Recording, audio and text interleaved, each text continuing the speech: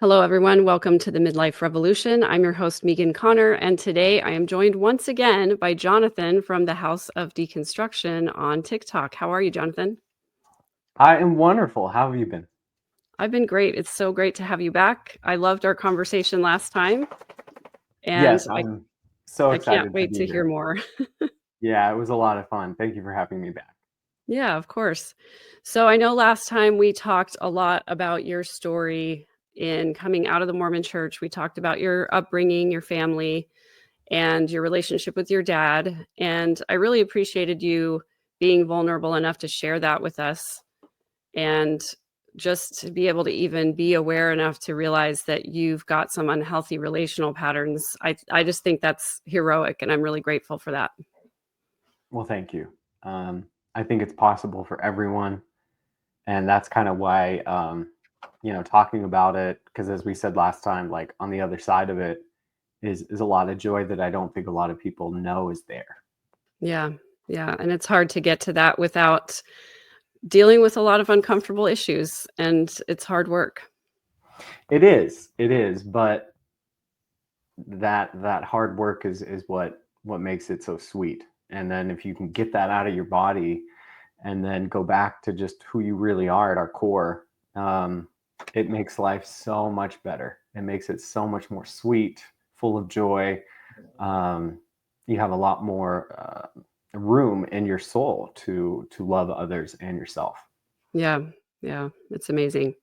Well, I know last time we said we wanted to talk about emotional manipulation in the Missionary Training Center of the Church of Jesus Christ of Latter-day Saints. Lots of Hmm. long Hmm. phrases there. So I know you did serve a mission, and you I did. shared with me a little bit about some of that experience. So where would you like to begin? Oh, goodness. I really want to start by just to all return missionaries, whether you're Mormon or ex-Mormon, whether you served 2 years, 18 months, or you came back early. I appreciate you so much. And through this healing journey, I think back to things I said on my mission and did. And honestly, there's a lot of icks there that I'm working on. I think I think back to when have I been the most arrogant in my entire life, and it was on my mission and things I said, but that's a part of the healing, is accepting that. And I really want to point out, this was not your fault. You were trained, you were abused, and you were put into a coercive control, emotional manipulation, and you were trained and programmed and used for your goodness. Your goodness was used against you. Hmm. And I'm so sorry that that happened to you. And I'm so sorry you had to take those years of your life and devote everything you had to something. And they used you, and they used their tactics, as we talked about last week. Um, they taught you that, they reinforced that, and then you went out and did that because you thought that was right, because they're they have so many emotionally manipulating tactics and narcissistic abuse patterns that they put us through, and then we then went out and did that to the people that we were teaching. And so I have deep empathy, I have deep gratitude for ex-Mormons, Mormons who served. We all joke we have a lot of PTSD from our missions, and rightfully so. And that's okay. Um, we were trained, we were brainwashed, and we were manipulated and put into a high control situation where they cut us off from everything. And my former partner was in the military, and it's the same thing. Hmm. They use that to break you. They use that to isolate you. They use that to make it so your only lifeline is the church. Hmm. And why, a lot of males and females, might be wondering, why maybe not the awareness of I'm manipulating people, but I don't really like how I act and I'm unhappy. Well, a lot of that was a breeding ground in your mission and the training that they taught you. Yeah. Thanks for doing that, for letting everybody have some validation for their experiences. I think when we go through traumatic things, there can never be enough people saying, I'm sorry you went through that. I believe you, and it wasn't your fault. So thank you for doing that. For anyone who served a mission that has difficult feelings about it, I appreciate you validating people for that. Yeah, and for most of us, a mission is a huge part of our life, and it shapes who we are. We learn a lot on our mission, obviously, but there was definitely abuse that you went through. There was definitely manipulation that you went through, and that deserves some space. That deserves some acknowledgement, and to kind of sit with that and understand, as we said last week, so all of this is just programming. We are not good or bad. There is nothing good or bad. There is simply what we learned. There is simply what we saw. And we see a lot of this on the mission, which is for guys. I cannot speak to women. I know it's very important, but for a guy, the mission is the most important thing you could ever possibly do. And there's so much pressure surrounding it. And goodness gracious, if you had an independent thought of, I don't necessarily want to do this, my goodness, I look up to you so much. For all of you who said no to a mission and were raised in the church, I commend you, because you were so much further along than I was in just understanding what is important to you and being on your authentic you. Yeah, that's awesome. I think often about the time that I was in the temple, and when you go into the temple for yourself, they give you a little pink name tag, so you get identified as somebody who's going through the very first time. And I was sitting in a session one Saturday morning, and this young missionary to be came in with his parents, and his mom was sitting on the women's side and he was sitting on the men's side with his dad. And at the very beginning of the temple ceremony, before you even know anything about what you're about to do, because it's all been kept secret up to this point, the part of the recording is, if any of you wish to withdraw, rather than take upon you these obligations and promises to God, you should depart now, basically. It's not the exact wording, but it's something like that. Yes. And again, this is before you even know what promises you're going to make. Yes. And this young missionary stood up and walked out. And I was shocked. I'd never seen anybody get up and leave during that invitation, because there's so much social pressure to stay and to just go with it, And it was it felt like the longest 60 seconds of my life. This kid, getting up and walking out, and it was already quiet, of course, but it was like a palpable tension filled the room. His mom started crying, and his dad got up and went after him. And I often think about that kiddo, I often think about what his life was like after that, what happened on the other side of that door. Was he able to be honest with his dad about his feelings? And, his mom stayed and did the entire session. Oh my goodness. That was mind blowing to me. And I was like, me as a mom, I probably would have gotten up and gone out too, because I would have wanted to know what was going on with my kid. But anyway, I think about people who had the strength, like you were saying, to stand up and say, I'm not doing this. This isn't for me. That had the strength to resist that social pressure, to stay on the treadmill, to stay in the boat, as they say. Yeah. So before we get a little any farther down the road, I want to show a slide that has some of the traits of narcissism. And I've come up with this silly little acronym because I think a lot of times people who have narcissistic traits will put on a very sparkly exterior in public, and then in private, they're somebody different. Now, this is not universally true. There's all kinds of different types of narcissism, but this is just a way to help people who don't know very much about these personality traits to identify them, in people that they might know in their own lives. So this is my silly little acronym, UNGLEAMY.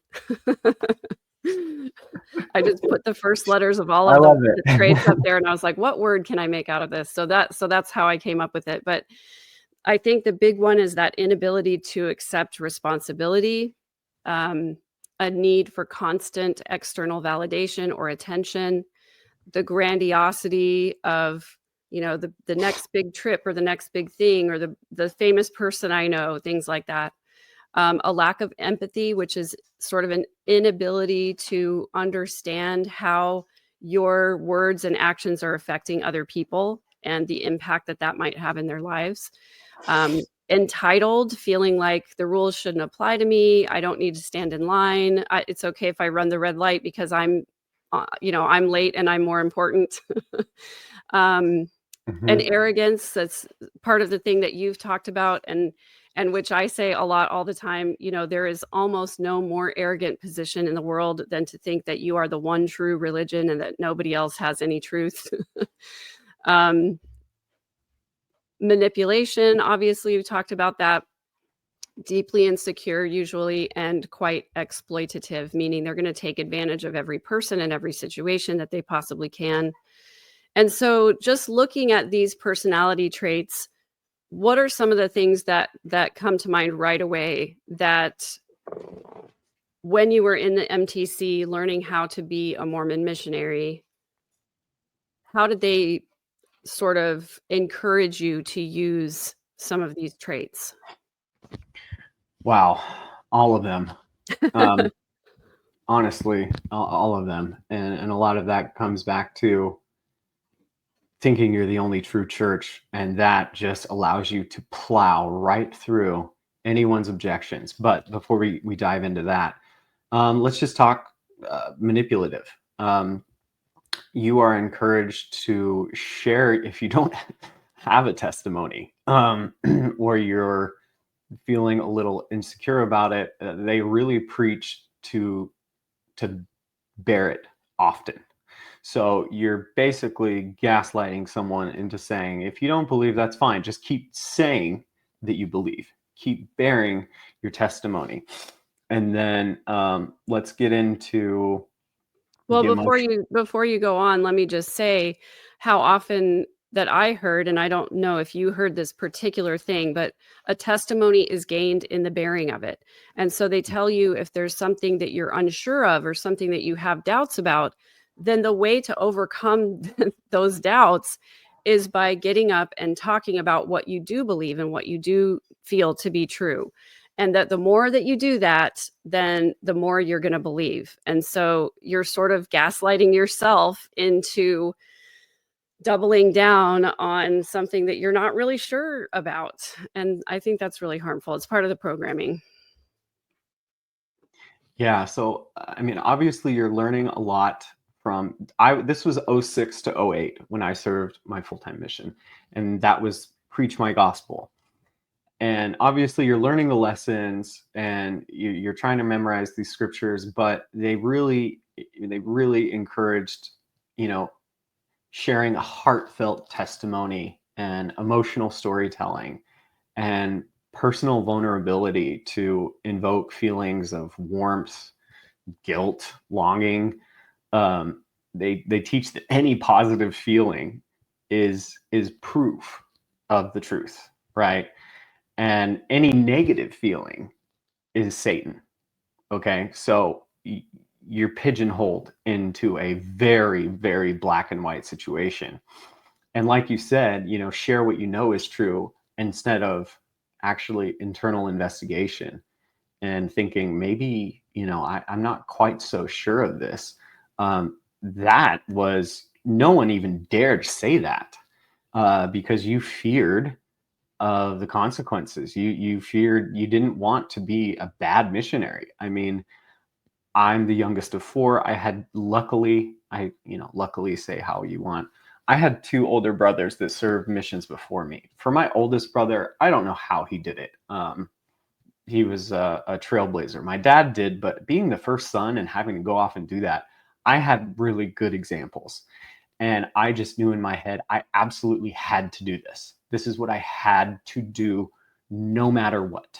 Absolutely no matter what. It was never, hey, John, if you start to question, that's all right. Come to me, talk to me. There was never any of that. And that carries on in the MTC.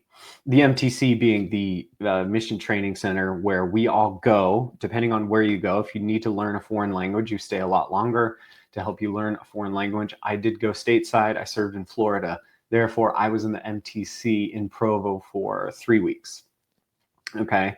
So, and then we role play, right? You have volunteers that come in and they video it, and you basically are trying to convince, these volunteers. Just pause for a second, because I want to before we get into actually being at the MTC, I want to acknowledge the amount of social pressure that there is for young men to serve a mission.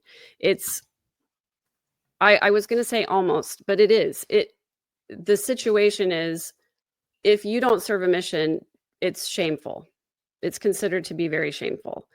And people will constantly ask you, when are you going on your mission? When are you putting your papers in? It's like when you arrive at that age, 18, 19, the ward expects you to go on a mission. The bishop expects you to go on a mission. Your stake president, your parents, your family, everybody in your entire Mormon ward and social circle expects every young man to serve a mission. And so, again, the social pressure is probably deafening. I cannot even imagine how difficult that must be, because you don't really have a choice. It's not if you're going to go on a mission, it's when you're going to go on a mission. I remember my parents having my brothers set aside portions of their allowance to save for their mission. So in many Mormon families, there's never a discussion about whether or not you should go, or Never. whether or not you're going to go. All of the language is pointed towards when you go. So it's almost as if, if you were to push back and say, I'm not sure I want to go, or, maybe I should finish school first, that it's just not a possibility, right? Can you imagine, like, what would the reaction have been from your family if you had said, I'm not sure I want to go on a mission? Devastated. They would have been absolutely devastated, and they would have panicked. They would have been afraid, because they're operating under the programming that this is what you have to do. And I never once thought I might not go. It was so far out of my brain, because it had been instilled from me from a very young age. And we talked about being raised in the church last time. As a little kid, as a boy, you see the little guy in the shirt and tie with the tag, and I hope they call me on a mission. You're getting brainwashed from a very young age to know that is not an option, that is an Right. absolutely necessary requirement if you love God. If you obey the first commandment, obedience is the first law. You have to go. And so yeah, that song, I hope they call me on a mission, we start singing that song when we're 3 years old. When I have grown a foot or two, how does the rest of it go? I hope by then I can be ready to teach and preach and work as missionaries do. And then there's a second verse. I want to share the gospel. I can't remember the whole thing. You would know it better than me. I've blocked out a lot of that stuff. Yeah. So it's something like, I want to share the gospel with those who want to know the truth. I'll teach and preach and serve while I am in my youth, or something like that. So it's like, it's all about spending your entire childhood preparing to go on a mission. Really. Yes. I mean, that's really what it's like. Mission prep is a real class that they teach, for mainly for the young men. And it's, it's long been an expectation for young men to go. Young women, it's always been optional. And even when they lowered the missionary age, I think part of the reason for that was like, okay, now we can get more women to go before they get married. And I think that, the mission is that next level of indoctrination. I've often said it's a cult within a cult. Yes. But it's like, for a parent, if your child serves a mission, then you can kind of breathe a sigh of relief and like, okay, I'm good now. I've done my part. I prepared them for a mission. They went, now that they're going on a mission, they'll come back, they'll get married in the temple, they'll stay on the Mormon treadmill, and I don't really have to worry about them, in the sense of their spirituality. So I just wanted to acknowledge that, I don't know if you have more thoughts on how difficult the social pressure was, but yes, in our original interview, you kind of asked about the pressure and was that a burden? And yeah. I kind of I was more focused on just how we feel superior to women and not really honing in on that question as well as I should have. And the burden and the pressure of a mission is real. And then checking all those boxes along the way, making sure you get your Eagle Scout, making sure you get into BYU. And then at BYU, it was required as a course that I have a diploma where I spent way too much of time studying Book of Mormon for a class credit and missionary prep for a class credit, where other colleges are actually learning relevant things.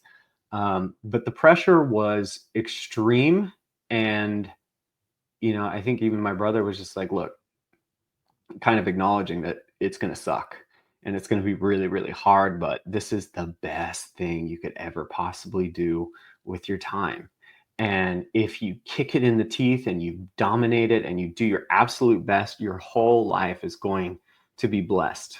I mean, even down to really just cringe-worthy things, we have to give ourselves grace. Like, hey, if you go tracting in the rain, which is basically going door to door and knocking on people's houses, if you do that in the rain when the weather's bad, you'll get a hotter wife.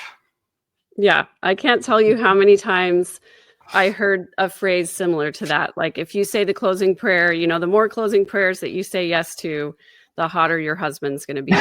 I'm glad you guys had some of that too. Good. Yeah. All right. Yeah. It was a little bit of that. Those cringeworthy kind of things that we come up with as youth to make ourselves feel better about just all of the crazy indoctrination that we went through that we didn't really realize was brainwashing at the time. Of course, otherwise we wouldn't have. And that's why they do it when we're young, so we can't even realize. And they want to get us out there so badly because the statistics show, at least in the past, I'm sure the updated statistics are not as strong, but if you serve a mission, you're more likely to be a full tithe payer the rest of your life. Yeah. Now the statistic is 60% of young people returning from a mission leave the church. Okay. Well, yeah. I mean, that makes sense. I thought you were going to say 60% of missionaries are leaving early, and I was like, yes, let's go. Okay, so there are a couple of other things that you mentioned that I want to touch on. That number one, once you put in it's a lengthy process. You have to put in paperwork. You have to get a lot of medical stuff done, especially if you're going foreign. You have to get shots and all that kind of stuff. So once you get your mission call and you get your assignment, there's a long list of stuff that you have to bring to the mission with you. And by the way, yes, missionaries have to pay for the privilege of being Jesus's sales team. So now, or at least when my daughter went on her mission, it was a set amount. It was $450 a month, I think. I don't know if that's still the case or not, but you have to pay for the privilege of going, and it's been a saving process. And then once you get to the mission, your entire life is controlled by the mission presidency, and you have lots of rules about what you can and can't do, where you can and can't go, very strict times of being back in the apartment, strict times of what you should be doing all times during the day, studying, etc. You're never without sight of your companion should always be in sight line unless you're in the bathroom. So there's no privacy. And if you're on a foreign mission, probably at least 90% of the foreign missions, your mission president is the one who's holding on to your passport. So you can't leave. Yes, I've learned without going through the mission president. And that's something that I would like to see change, because if someone does decide that they want to come home early, I don't think anything should prevent them from doing that. But as it is right now, if you want to come home early and you're in a foreign mission, you have to go talk to your mission president. You have to say, hey, I'm not feeling this. I need to go home. These are the reasons. You have to convince him that it's okay for you to leave, and he's always going to try to convince you to stay. So there's a whole process you have to go through if you want to come home early. Whereas I think it should just be pick up the telephone, call your parents and be like, I'm coming home. Or as a missionary, go buy your own plane ticket and just Get go. the heck out of there. Go wherever you want to go if home Yeah. doesn't feel safe. You are a grown adult outside of your home. You have, all of the legal capabilities of an adult person. You can make your own choices. I've often said I wish that we could set up sort of an underground railroad for missionaries who are having a hard time. Let's put people all over the country who are a safe place for missionaries to go if they're having doubts or if they're wanting to leave but can't. Yeah, absolutely. I've been on ex-Mormon Reddit, and I can tell you there's been so many gut-wrenching posts of not only just kids, but people on their missions reaching out to the Reddit group, asking for help, asking for support, saying, guys, this is bad. And they can't go to their parents. They can't go to their families. They can't go to their mission president. And the mission can be so traumatic. It is boot camp of emotional worthiness. If you're not trying your hardest, you don't love God. If you're not baptizing, it's your fault because you don't have enough faith. You're not doing everything you possibly can. And so there is a level of emotional and shameful judgment of yourself just from the brainwashing that you go through. And it's a mental health nightmare. And the resources are go see the mission president's wife, and not to mention the mission president's wife really kind of covers all health concerns. What's her qualifications? Is 0. Unless he happens to be trained that way. But most mission presidents' wives aren't. And let me just say too, in order to be called as a mission president, you have to have served some other leadership positions prior to that.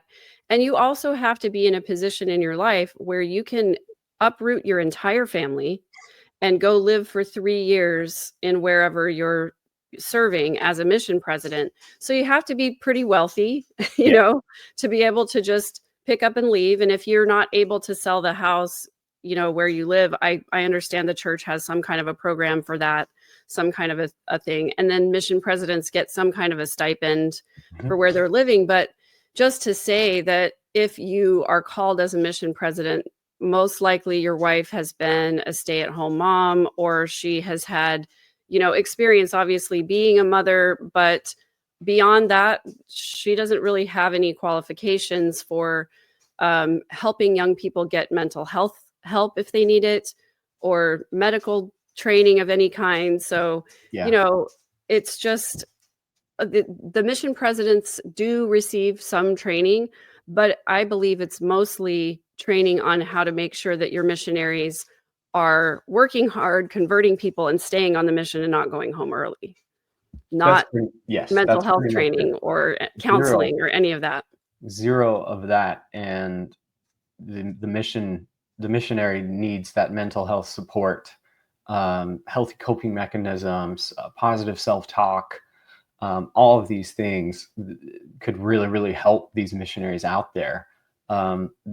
But also, I mean, if you had therapists out in the mission, they would be biased and they would try to keep the missionary there. If you went to an actual therapist, they'd be like, this is ruining you and emotionally manipulating you, and you need to get out of here and go home. Exactly. If they had, I think it would be amazing if they had counselors in every mission, across the world, to have, somebody that missionaries can go talk to.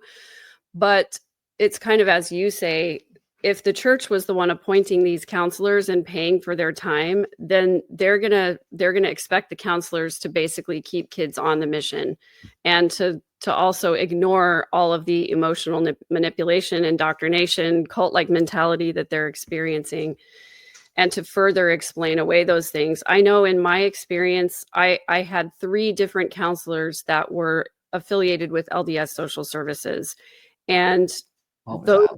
counseling sessions did absolutely no good for me whatsoever, because the message I kept getting was, pray harder, have more faith. Why did you marry a non-member in the first place? That that was part of my, what I was coming to them for, was how do I deal with this? So it wasn't really therapy. It was just, let's talk about your faith, and, have you prayed about this? There's a lot of And it just was not gaslighting. helpful. Yeah. Sorry. Yeah, it's gaslighting, and it's confirmation bias, and I mean, it's like being a professor at BYU. Like, they interview your wife, they make sure you're not gonna ruffle feathers. So you are correct in that these mission presidents they're excellent businessmen. Honestly, they are great businessmen who are financially sound and have worked their way up the corporate ladder, the LDS corporate ladder, Yeah. and they are they're not counselors, and they're just doing what they've been programmed to do, unfortunately, and they're responsible for. I mean, in our mission, we had 150 missionaries, so responsible for him and his wife.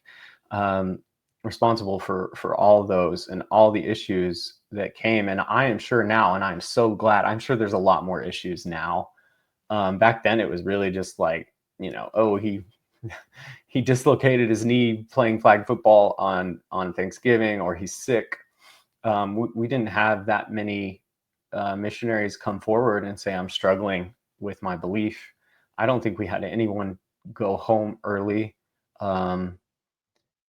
So it's just it's an interesting dynamic that is very unqualified, considering the amount of emotional distress and the daunting emotional toll it takes, and the constant, am I worthy? Am I worthy? Am I doing a good enough job? Oh my gosh, this is setting me up. Is God approving? Is my mission president approving? Yeah. And they control everything down to, where you live, where you sleep, what music you can listen to, Mhm. when you need to be home. You always have to be with a companion, like you said. They control everything. And I know they can talk now to their families a lot more, but when I was on my mission, we could email once a week, which was kind of awesome. My brothers didn't have that. And we could speak to our family on the phone on Mother's Day and Christmas. And so the mission slang is feeling trunky, like being homesick, because so they're trying to really isolate you. They're really isolating you, and that's a tactic so that you can only rely on the church, God, your companion, your district leader, your zone leader, the assistants, so that you have no other outlet to go to. And that's Yeah, and that's we'll probably come back cool. to this too, but there was, I remember, a couple of changes that they made in the mission that I live in, where they didn't want missionaries staying in the members' homes for very long, because they didn't want that to be, they didn't want socializing with members to take away from them teaching other people. And so they made this rule that if you had the missionaries over for dinner, they could only stay for 1 hour, and that was Yep. it. So you Hmm. had to make sure that dinner was ready to go when they got there, eat quickly, have a quick message, and then, get them back on their way. And so it's like that isolation is really real. And they're really encouraging, or at least they encouraged the missionaries in our mission not to talk about where they were from. They said, members, don't ask your missionaries when they come for dinner, don't ask them where they came from or where they're from. Just ask them how long they've been on their mission and what's been their best experience so far. Yeah, because they don't want us thinking about home. They don't want us thinking, man, I wish I was back with my family. They just want you devoted and absolutely giving every ounce of your being to this church for further indoctrination, so that when you leave that mission, not only can you bring more people into the fold as full tithe payers, but that you will stay. It's really an Exactly. indoctrination boot camp for the rest of your life to keep you an active member the rest of your life. And so they go ham on you with that. Yeah. And that's the whole point. And that's cult-like behavior. That's Totally. exactly what cults do. And they they isolate you from your Mhm. family. Yeah. And I'm sure they would say, hey, I talked to my mom and she said, I should probably come home. What do you think they would say? They would say, your mom's wrong. And they would probably ask you not to talk to her. I mean, that's just typical cult behavior. Yeah, they would say, I know you miss your mom, but she's not here. She's not the one serving a mission. She may want you to come home, but the right choice is to stay. I can imagine that's probably what they would say. Yeah, this is a higher calling. This is the most important work you could ever possibly dream of. Yeah. And it's no secret why they send people at that age, Yeah. because baptism, the age of awareness is 8, which is ridiculous. Yeah. And sending off young men is really just grabbing them for their entire lives, so that you have a bigger hook to keep Yeah. them as full tithe payers for the rest of their lives, and Yeah. to expand and marry in the temple and have a family with more kids that stay in the church. Yeah. So, by the way, did you know that the 3 men who are leading the church right now never served a full-time mission? I did not know that. Isn't that fascinating? Really? They are so adamant that every single young man go serve a mission, and yet not Rusty, not Dallin Hoax, and not Henry B. Crying. None of those three men have served a full-time mission. I did And yet not know that. it's an expectation that every single one of their members do something that they themselves never once did. Yeah, it's that hypocrisy that Yeah. we talked about, and Yeah. they didn't have to go through it, so they shouldn't be able to speak on it. But Yeah, which is I wonder how many Mormons know that. probably not a lot, definitely. I mean, I made the assumption, as a true Yeah. believing Mormon, that all of the 15 had served a full-time mission, at least one, right? Or, something else. But anyway, it's just that it's the hypocrisy and the fact that they're so out of touch with the everyday lives of their members. They have no idea what their members go through on a daily basis. And so all of these policies that are written by attorneys that govern the church, they don't have anything to do with humanity. And that's why I say there's a lack of empathy, because there's no real understanding of how the policies affect the people that are in their church. They really don't think that through, and they really don't have any idea how hurtful some of those policies are. It's a great point, and it goes back to, they have no need to look at a perspective from somebody else. They're up here in the patriarchy, and they're the man, and they have the power of the priesthood, and they have no concept of what life is like for somebody else. Yeah. And they don't They take have the everything they time. want and need. Yeah, they don't take the time to put themselves into women's shoes, other struggling members' shoes. It's just, Yeah. So I want to go back to the MTC. So when you get your call, you do all your preparation, you go into the Missionary Training Center, and you went to Provo, right? Mhm. And so you get there. It's a traumatic experience to go. Did your parents drop you off, or did you fly out of your hometown? No, I was really fortunate. It was a big deal. My family was there. We always made a trip out of it. I remember dropping off my 2 older brothers, and that was the same for me. But that is a day that every person who served a mission will never forget, because you go into the MTC with your family, and it's kind of like you're sitting in a sacrament meeting type thing. It's like the big congregation type thing, and there's some talks. And then at the end, and it's coming, and you're getting emotional because you are not going to see your family for 2 years. Yeah. You're not going to see your friends for 2 years. Your whole life is about to completely change. A lot of people have never been out on their own before, and this is their first time. And by the way, we're putting you through this boot camp. I went to BYU for a year, and then so I was a little bit better off because I had been on my own. But at the end of that congregation, after that closing hymn and prayer, they say, okay, after this, all the missionaries go through this door, and everyone else goes through this door. And as soon as that closing prayer stops, I mean, you're like, it's emotional, and you're saying your goodbyes, but you've been preparing for this forever, since you were 3.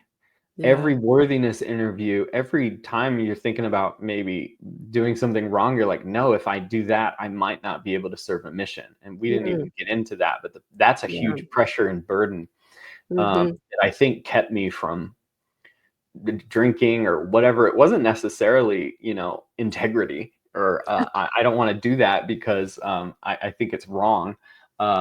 It was, I am afraid if I do this sin that I won't get on a mission.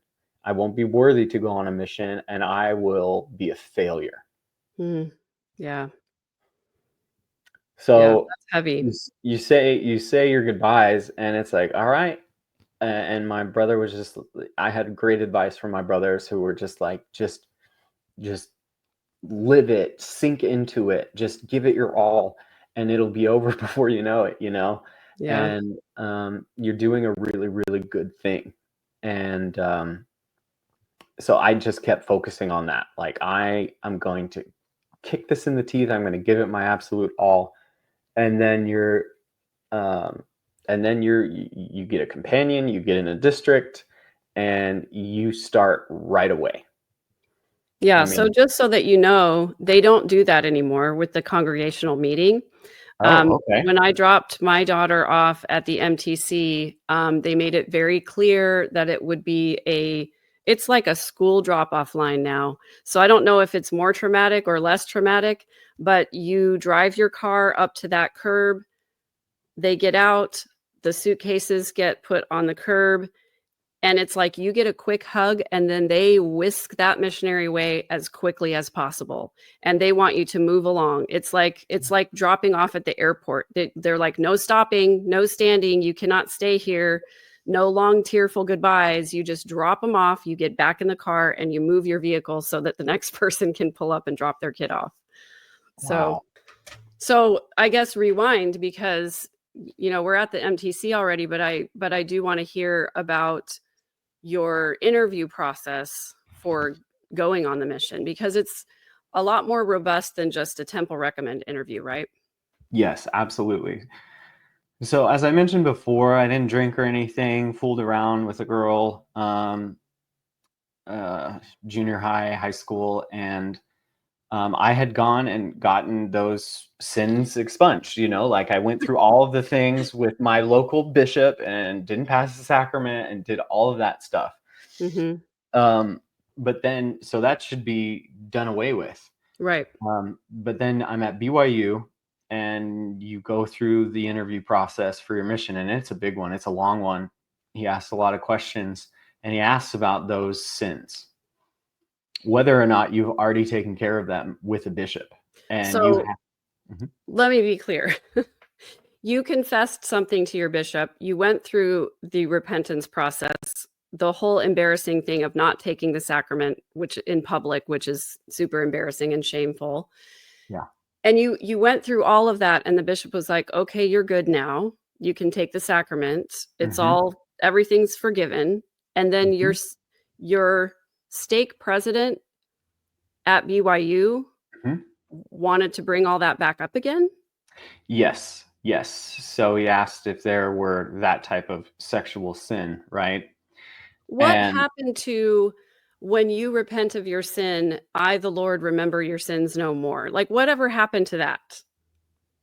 doesn't exist because This is there shocking to are me. they deemed, and keep in mind, those sins were 3, 4 years ago. So I had been good for a long time, right? Yeah, It wasn't like it just happened, right? Which yeah, would be different. But if there are, when they raise the bar, I think it was like if you have sex with someone multiple times or multiple people, then you're on high alert or you cannot serve a mission. And I right. remember that came out right after that had happened, and I was sweating bullets. So you can imagine being a teenager, and the whole thing of staying worthy was to so that I could serve a mission. Mhm. And those sins compared to like my brothers, it was way less. And so, but then they raised the bar. They Yeah, literally called it raising the bar of the standards that you have to have lived as a kid and a teenager to go on a mission. yeah. So So you made out with a girl, fooled around with a girl, you went through the whole repentance process on that, and then for 3 or 4 years, as a teenage young man, you did nothing like that. correct. So kudos to you because that's Well, amazing for you to be able to overcome millions of years of biology. well, I was scared to death of not serving a mission. Yeah, And that goes back to the whole narcissism discussion. When you're doing obedience and duty versus authenticity, that's not fostering right. integrity. That's fostering, I don't want to get caught. So That's yes, such a great point. It's like you don't even have the opportunity to exercise personal integrity because that's not the reason that you're keeping all of these rules. You're keeping all of these rules in order to remain acceptable in an incredibly demanding system where it's almost impossible to check every single box and to really yeah. live that way. Yeah, and that's another narcissistic thing that we didn't get into is duty and obedience over authenticity. And Yeah, that doesn't foster that integrity. Like we said, it's checking all the boxes. And as long as you can check all the boxes and everyone can see that, you're okay. But yeah, that doesn't do good for your emotional mental health and well-being. right. So So your stake president wants to bring up this sin again. yes, because he's like, have you ever done this? Had sex or whatever. And the answer was yes. He didn't say, you know, if you have done these things and you've taken care of them, that's fine. He said, no, Mhm. have you? And I explained, I took care of all of this. And it was sex. And he was like, and it was 4 or 5 times. Okay. Let's just get it out there. I don't care. And he was like, okay, pausing. I'm sweating bullets. I'm traumatized because I already went through this shit. Right, right. And now it's to go on a mission, and he's like, okay, and so he gets his pen out on my folder and he writes for a while, and he's like, I'm gonna need to get this approved by someone above me. Wow. And it wasn't like, you're worthy, good job, leave, because that's how everyone else went. Right. I had to wait to find out for several days if I was going to be okay Mm, serve.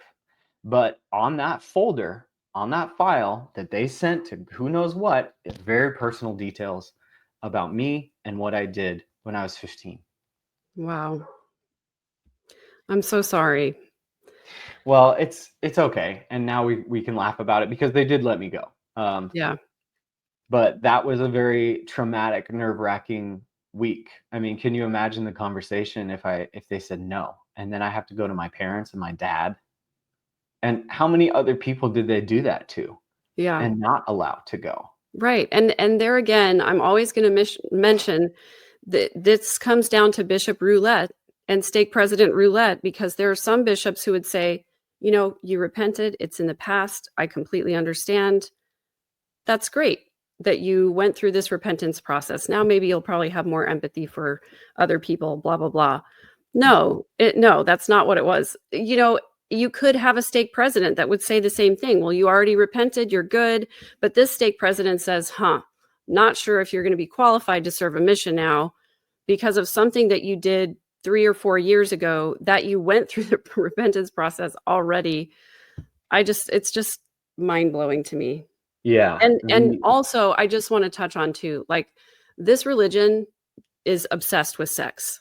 I think there's been more. I have thought way less about sex, sexuality, pornography since I've left the church than I did when I was in the church the entire time. Because what that stake president is then doing is going to his area presidency, and he's calling him up and he's saying, I had a young missionary in here, potential missionary. He's getting ready to go on his mission, but he had sex 5 years ago, 4 years and they ago. ask you, and depending on the person, they ask you follow-up detail questions. Yes, exactly. There's no guideline. It's just that person, and a lot of those guys love that authority, and it gives them an excuse to get very invasive. And as we know, there's sexual abuse going on here, Yeah, and let's also just point out that if you are a person who is narcissistic and you enjoy controlling other people, and it makes you feel powerful to control other people, you're going to make people sweat in those interviews on purpose. I actually had this happen to me one time where the person that was interviewing me on the stake level, it wasn't the stake president, it was one of his counselors, asked me if I kept the law of chastity. And I said, yes. And he said, thank you. Thank you. And then he went on to talk about how important it is to keep the law of chastity. And then he went on to talk about what it's like when someone breaks the law of chastity and they have a council of love, as they call it. And then he asked me again if I keep the law of chastity. And then he kept asking me all these leading questions like, if you were to break the law of chastity, do you know what would happen to you? And I was like, yeah, you have a disciplinary council, you have to go confess and all that. And he said, did you know that we call those courts of love? And I said, yeah, I think that I've heard that. Like, what are you getting at? Like, this line of questioning went on for at least 5 minutes. And I was like,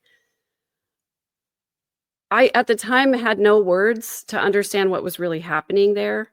But now that I understand tactics of manipulation and control, I was like, he was trying to manipulate me into confessing something or into saying more than the simple answer of, no, I haven't done anything wrong. Yes, I kept the law of chastity. It felt so manipulative to me, but I didn't know that that's what it was at the time. Yeah, and it's all too common. Yeah. It's all too common because that authority, power, we talked about it. You're breeding a narcissist, and then you're giving them the keys to the car of all of our souls. To be able to have unfiltered, observed private conversations to abuse that power. Yeah. And for sure. it's terrible. I'm sorry you had to go through that. No, yeah, thank you for saying that. And I'm sorry that you had to go through, having this mission president, revisit something that you thought was done and over with. Because that, to me, the whole point of going in and talking to your bishop is to relieve those feelings of guilt and shame that you have, and to truly repent. They tell us we have to go talk to our bishop about it because he is our judge in Israel, right? Yeah. And the whole point of that process is to change your heart. And when you think that you have done that and it's over with, to have it brought up again is traumatic. To have to relive all of those feelings of guilt and shame again, and then to know that that stake president is talking to an area president about all the details that you've shared, and that they're trying to make a determination over whether that whether that removes your worthiness from it. It's just the whole process. And all of that, talking about people and their sins to other people, all of that is so disgusting to me. It's hard for me to even find words to describe it. I wasn't able to pass the sacrament for I think 6 months, Wow. and still it wasn't cleared, you know? Yeah. So you waited for several days, you said, for this stake president to come back and let you know whether you could serve a mission. And so how Yeah, did that but go down?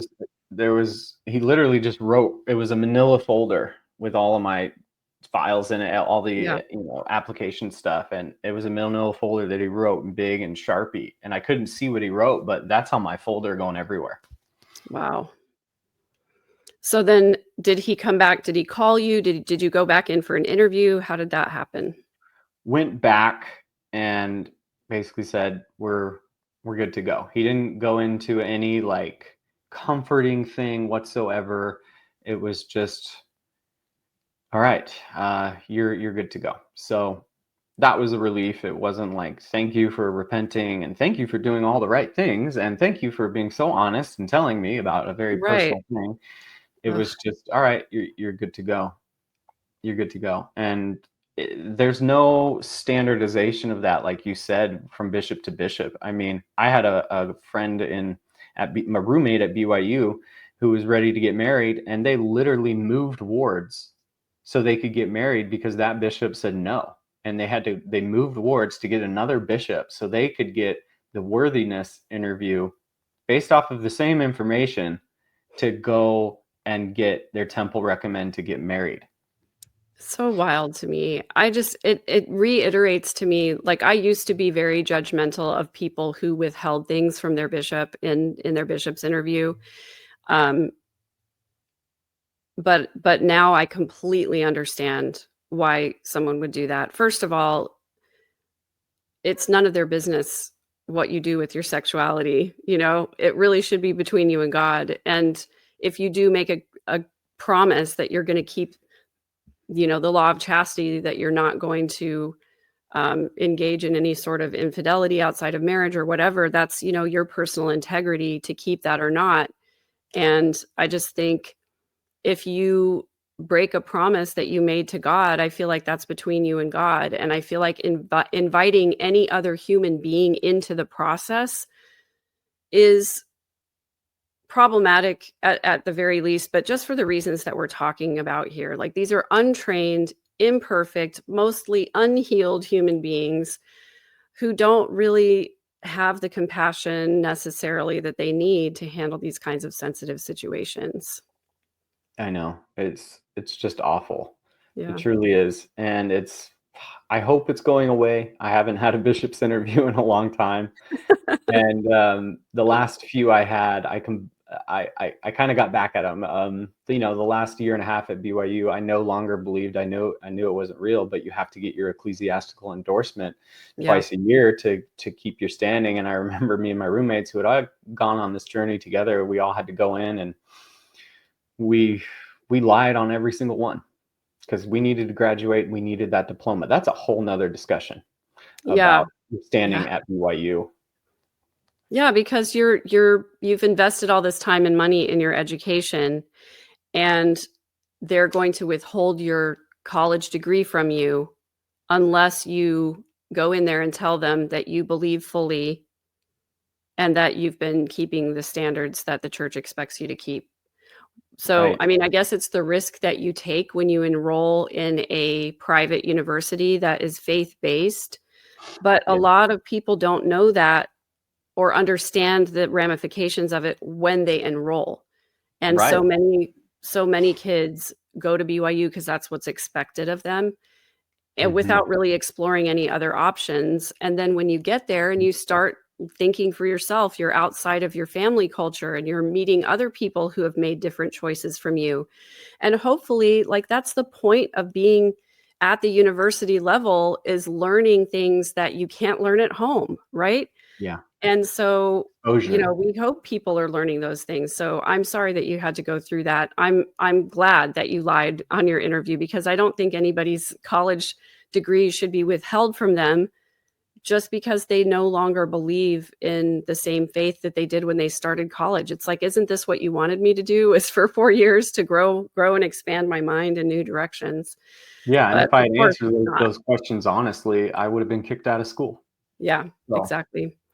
And you would have lost your ability to, to have those credits transfer most likely. It's at their discretion whether they want to release records, transcripts, all of that. It's just all very problematic. All very problematic. It's a great way to say it. Yeah. And I hope it's changing. Oh. Well, it sounds like things at BYU are changing for the worse from the standpoint of kids being able to get an education from people who have a broad worldview. I know. And who know and believe things outside of the faith. So from what it true. sounds like, it's become, I said this when it happened, and it's just kind of silly, but it's exactly what happened at Hogwarts when Dolores Umbridge came in, and she kicked out all the people who weren't loyal to the prime minister. And they started doubling down on, making lots more rules and having people, the staff having to go through all these interviews to find out their loyalties. I've got a brother-in-law who's a professor at BYU, and he says it all feels very big brother to a lot of people. And my sister is in a marriage and family science cohort where her supervisor for her therapy degree is gay and doesn't know whether he'll have a job next year or not. They're just trying to keep you in that echo chamber so you're not exposed to anything else. So they keep you tight, they keep you a member, and because if you're exposed to the rest of the world, the chances are you're going to see through the flaws. And it's a lot like the mission in that is they're trying to keep you. Yeah. Well, we are at an hour. We're going to take a quick break for a commercial. All right. So where we left off, we made it to the MTC. You had your goodbye sacrament meeting, I guess. I don't know what to call it. The goodbye. I don't know. Was it like a sermon? Did somebody from the general authorities speak? Honestly, Megan, my memory, I don't remember. Maybe I blocked it out. And honestly, I had so much that happened on the mission that I remember in detail, maybe not enough to talk about it here. Yeah. Because honestly, most of the training, it's like real world training. It's like going and getting your MBA or going to school, but then you actually get a job and you learn on the job. And that's kind of more what I remember. So, I mean, I remember the kind of the structure. I mean, it's all coercive, controlled, boot camp, but I mean, I think there's more out in the mission that you learn. Yeah, for sure. So I think we had talked about you getting to the MTC, and you get assigned assigned a companion, and you have a district, which is a group of missionaries, right? So how many sets of missionaries were in your district in the MTC? It's like 5 to 8 sets. So anywhere from 10 to 16 missionaries, about that. Okay. And the point of the district of putting you in a group like that is what? It's really kind of like a ward versus a stake versus an area, just so there's more control and you can kind of have a little bit of community within your fellow missionaries, right? So you have district meetings each week where someone talks about something and you practice, and it's just kind of a closer knit group where you can talk, and you have a district leader, and the district leader is someone who's been in the MTC 2 weeks, but you look up to them like they're a god, like they're just this old, refined, perfect LDS guy. Because he's been in the MTC 1 week longer than you, but you look up to them because they've been there, and it's a good opportunity for them to teach you what they've learned within their first couple of weeks, and then each week you're cycling through because people leave, and then you get new people, and then maybe even one of you end up being the district leader, and you do have there's several mission presidents within the MTC. Okay. I don't know how many, but we had a mission president. And you talk to him a lot, and it's a very our guy was a very older gentleman, and his wife would come as well, and he's teaching you things, giving you advice. You're just constantly being fed. Yeah, so Constantly being, your entire day, so you're with your companion in the MTC 24/7, yes. and your entire day from waking up to going to sleep is either studying, learning your language if you're going to a foreign mission, and learning how to teach people, investigators they call them, who are wanting to know more about the church. So can you get into any of sort of the tactics that came up during that time, how to find people to teach, and just anything that they taught you about that? Yes. One big one that I remember that is just beyond toxic is, and I can bring up the quote from Preach My Gospel, is it encourages you to reach out and seek out people who have suffered a death in the family, that have gone through a divorce. So you're looking for vulnerable people. You're looking for people who are humble to the spirit. So, I mean, that's exploitation at its finest. You're trying to, seek out those that are really vulnerable. So it's literally in the manual that you're Yeah. supposed to Yep. purposely look for people who have suffered some kind of a death or a loss in their family.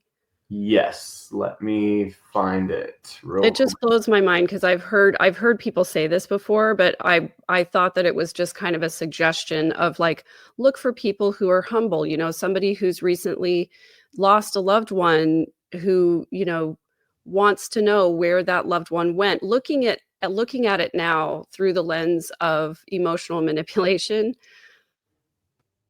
it's unbelievable to me, that as a true believing member, I would hear that and go, "Oh, of course someone who just lost a loved one would want to hear about a plan for the afterlife, and of course they would want to be comforted by that information." But literally the church is telling you to seek out those people, not because they need to hear that message, but because they are emotionally humble in that moment. Like, they're more likely to listen to the message because they're grieving.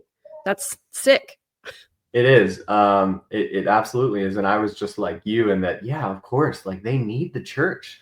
They're a widow now and they need it. So Preach My Gospel um, literally tells missionaries to look for people who just lost a family member. Okay, yeah. The direct quote is, look for those who have recently experienced a death in the family, as they may be more open to hearing the gospel. Translation, find people in pain because they're easier to convert. That's not spirituality, that's predatory. That is totally predatory. Wow. Okay, so I'm looking at the manual right now, and I'll go ahead and share my screen. So this is available. All of these materials are available on the church website. You don't have to have a login or anything to see all of these. But it just says here at the beginning that it's well, there's the first presidency message.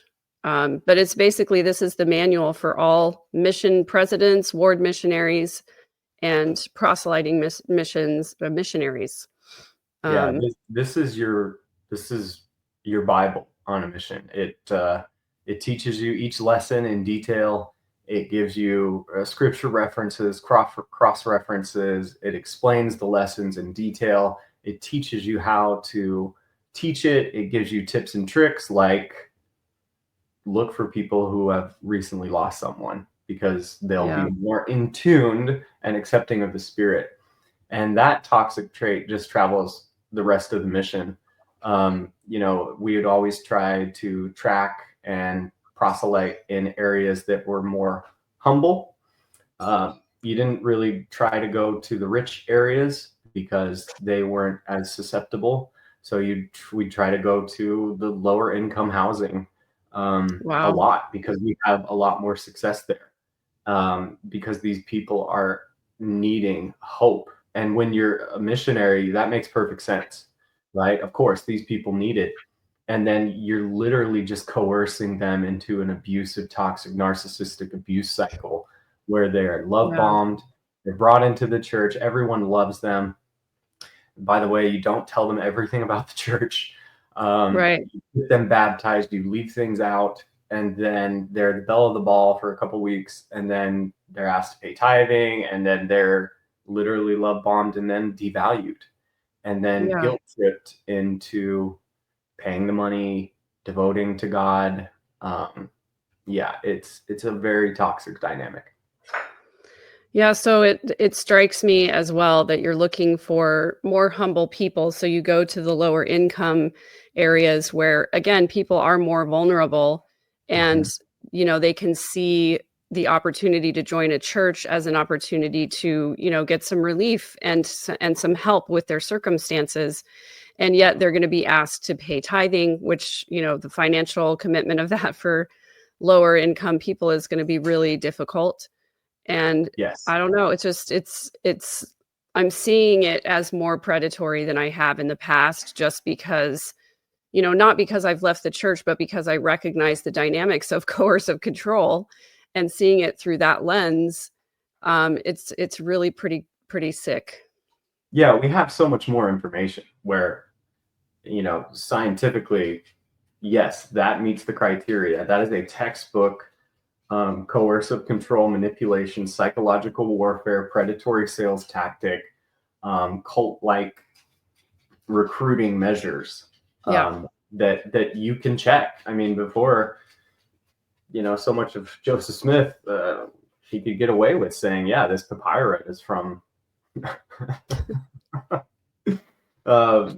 Abraham, and no one could fact check. Well, now we have all the tools, and I just it must produce so much mental gymnastics for those of continued believing members, and that's got to be really, really tough, because it's all right here.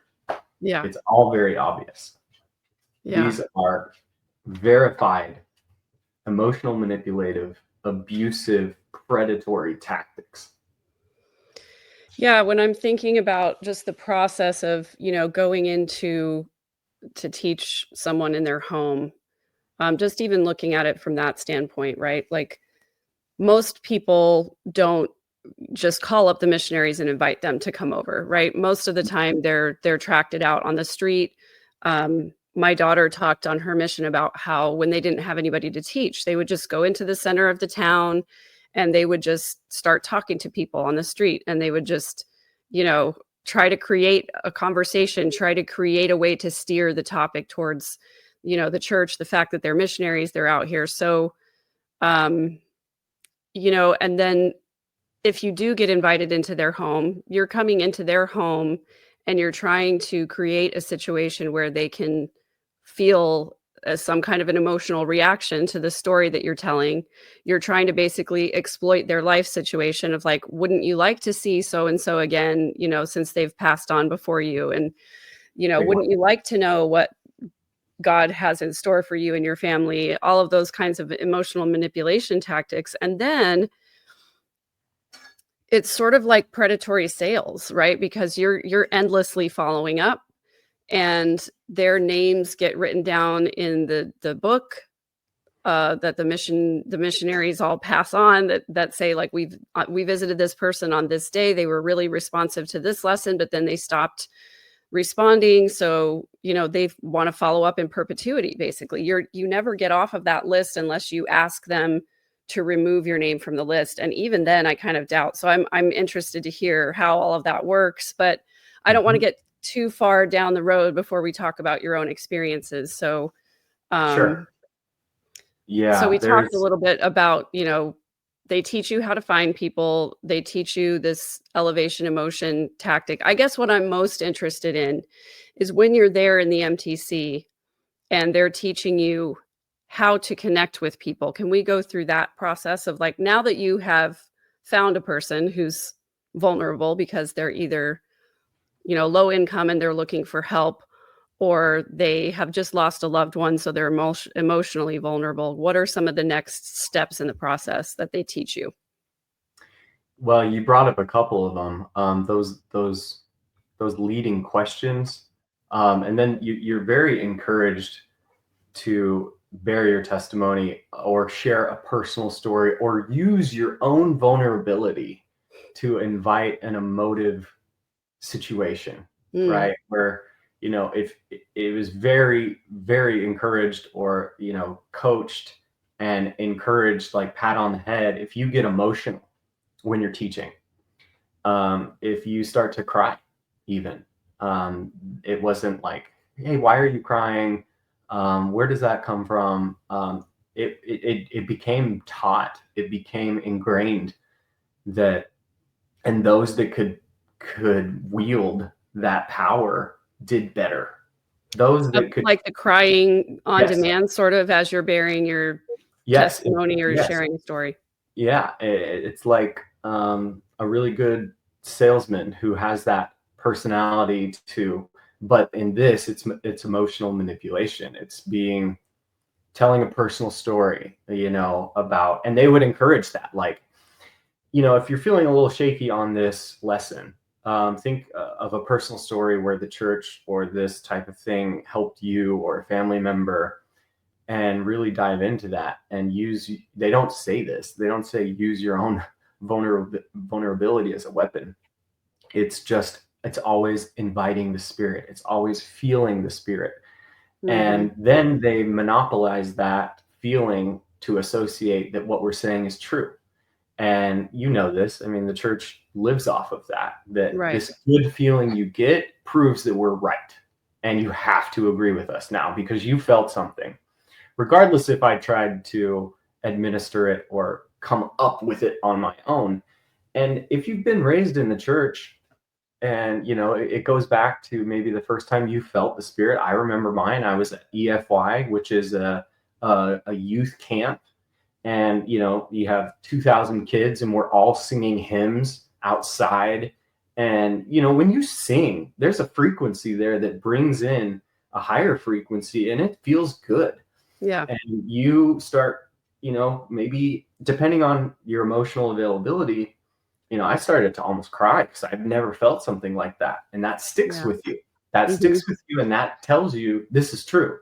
Yeah. And I've never felt anything like this. Therefore, this must be true. And I want others to feel this, when it's really just a community of people singing, which you could sing anything. You could sing Les Mis. You could sing Right. a hip hop song together, and you would Right. feel something, because that's the human condition. Yeah, exactly. So one of the first things that the missionaries will teach people is that all good feelings come from God. And if you're Mhm. feeling good, you're feeling happy, you're feeling peaceful, that's God's way of telling you that you're doing the right thing or you're in the right place. And if you feel bad feelings, that comes from the devil, and that's the devil trying to keep you from learning things about God or keep you from doing the right things. And so it becomes this elevation emotion sort of manipulation where, you know, the missionaries are there. They're telling you that if you have any good feeling at all, that's confirmation from God that what we're saying is true. It's not us teaching you, it's the Holy Spirit teaching you. Right. And so, then you share a personal story, you get emotional, you cry. And if I'm receiving this message from the missionaries and I'm an empathic human being, when Yes. someone else cries, it makes me emotional too, because I feel the pain that they're feeling and I feel sad that they're upset and I want to comfort them. And so I would get that feeling too. But the missionaries would tell me the reason you're feeling emotional and you're feeling that warm feeling is because that's the Holy Ghost teaching you that what we're saying is true. Yes, exactly. So much of teaching was, yes, it was about the content, right? Because you had to have somewhat of them agreeing with you. And I will say that how Preach My Gospel, they set up the lessons with kind of leading, like, okay, let's first agree on this, right? You believe that. Okay, so then you've seen how this happened, right? That makes sense. Then this. And they did a really good job of making this logical as well as spiritual. But you're Mhm. very much encouraged every time, if I can make this person feel good and feel emotional, that's a win, because then we can use that, like exactly what you just said. Mm. Everything good comes from God, and that's a witness of the Spirit testifying to you that this is true. And when you got a buttoned up shirt and tie, clear cut, bright eyed, bushy tailed little 19-year-old who cries in front of you about something they believe, um, that's powerful. That's an emotional little adventure that you weren't planning on when you have these kids knock on your door, but we're trained to get into that mode very quickly. Yeah. Yeah. So I guess the next thing would be, take me through. So you did mention that in the lesson that the missionaries will get you to agree to something first. Let's find some common ground first. Right. And can you give an example of that? Absolutely. So first lesson, they actually in Preach My Gospel, they go with the kind of, they talk about God loves us, right? Heavenly Father loves us. God loves his children. And because of that, he sent prophets like, Noah, Isaac, Abraham, even Adam to preach his gospel. He gave them the insight and the information to then tell us his plan, right? And that's, who's going to argue with that? If you don't really know much, you're going to say, yeah, I know, I've heard of Noah and he was a prophet. Yeah. And I guess God did give him, the information to teach his people how to live, right? And how to be happy. And that's how God communicates with us, is through a prophet with that authority to administer all of his blessings upon us, right? Mm-hmm. And we see that throughout the Bible, right? We see, but we also see at times in the Bible where he removed that power, right? When the people were growing very wicked and they weren't abiding by what the God was saying, he removed that power for a time, and then he would bestow it back to a new prophet, etc. Yeah, so I'm thinking of like Moses, for example, Yes. who, we have the story in the Bible where he's very clearly called of God for a specific purpose, to lead the Hebrew people out of captivity, right? Mhm. And so we have some supernatural miracles that happen. Yes. And so it's very obvious that he holds the power of God, and, then he is able to, fulfill his mission. God reveals the 10 commandments to him. So, yeah, so I'm thinking, okay, I know that prophet story, right? So then, are you as a missionary going to try and convince me that we have a prophet like that on the earth today? Is that the next step? No, they do it Okay. much. They Okay, do much more really good. subtle. Okay. Yeah, I remember reading this the first time in the MTC, because I honestly didn't really know what we believed. I'd never read the Book of Mormon, but I was going through Preach My Gospel, reading the lessons, and I was like, "Holy crap! This makes sense. Oh my gosh, this is true. Okay, cool." Which is hilarious in itself, that you go on a mission without really even knowing, and that is rampant. Right, FYI. but I So think that's part of the reason that the leaders push so hard to get people to go on a mission, is because you're converting yourself in this process, and yes, they're basically ensuring that you're going to undergo this really spiritual transformation, the combination of the hardship of the mission and constantly preaching the gospel to people, many of whom don't really want to hear the message and will reject it ultimately. And that sort of hardship solidifies within you this sense of, I'm going to stick with this forever. And they're sort of guaranteeing that you're going to come home, you're going to find a wife, you're going to go get married in the temple, you're going to have a bunch of babies and raise them in the same tradition, and thereby, perpetuate the faith, right? So it doesn't right. surprise me at all to hear that you didn't read the Book of Mormon before going. I know lots of my contemporaries, people my age, that was the case.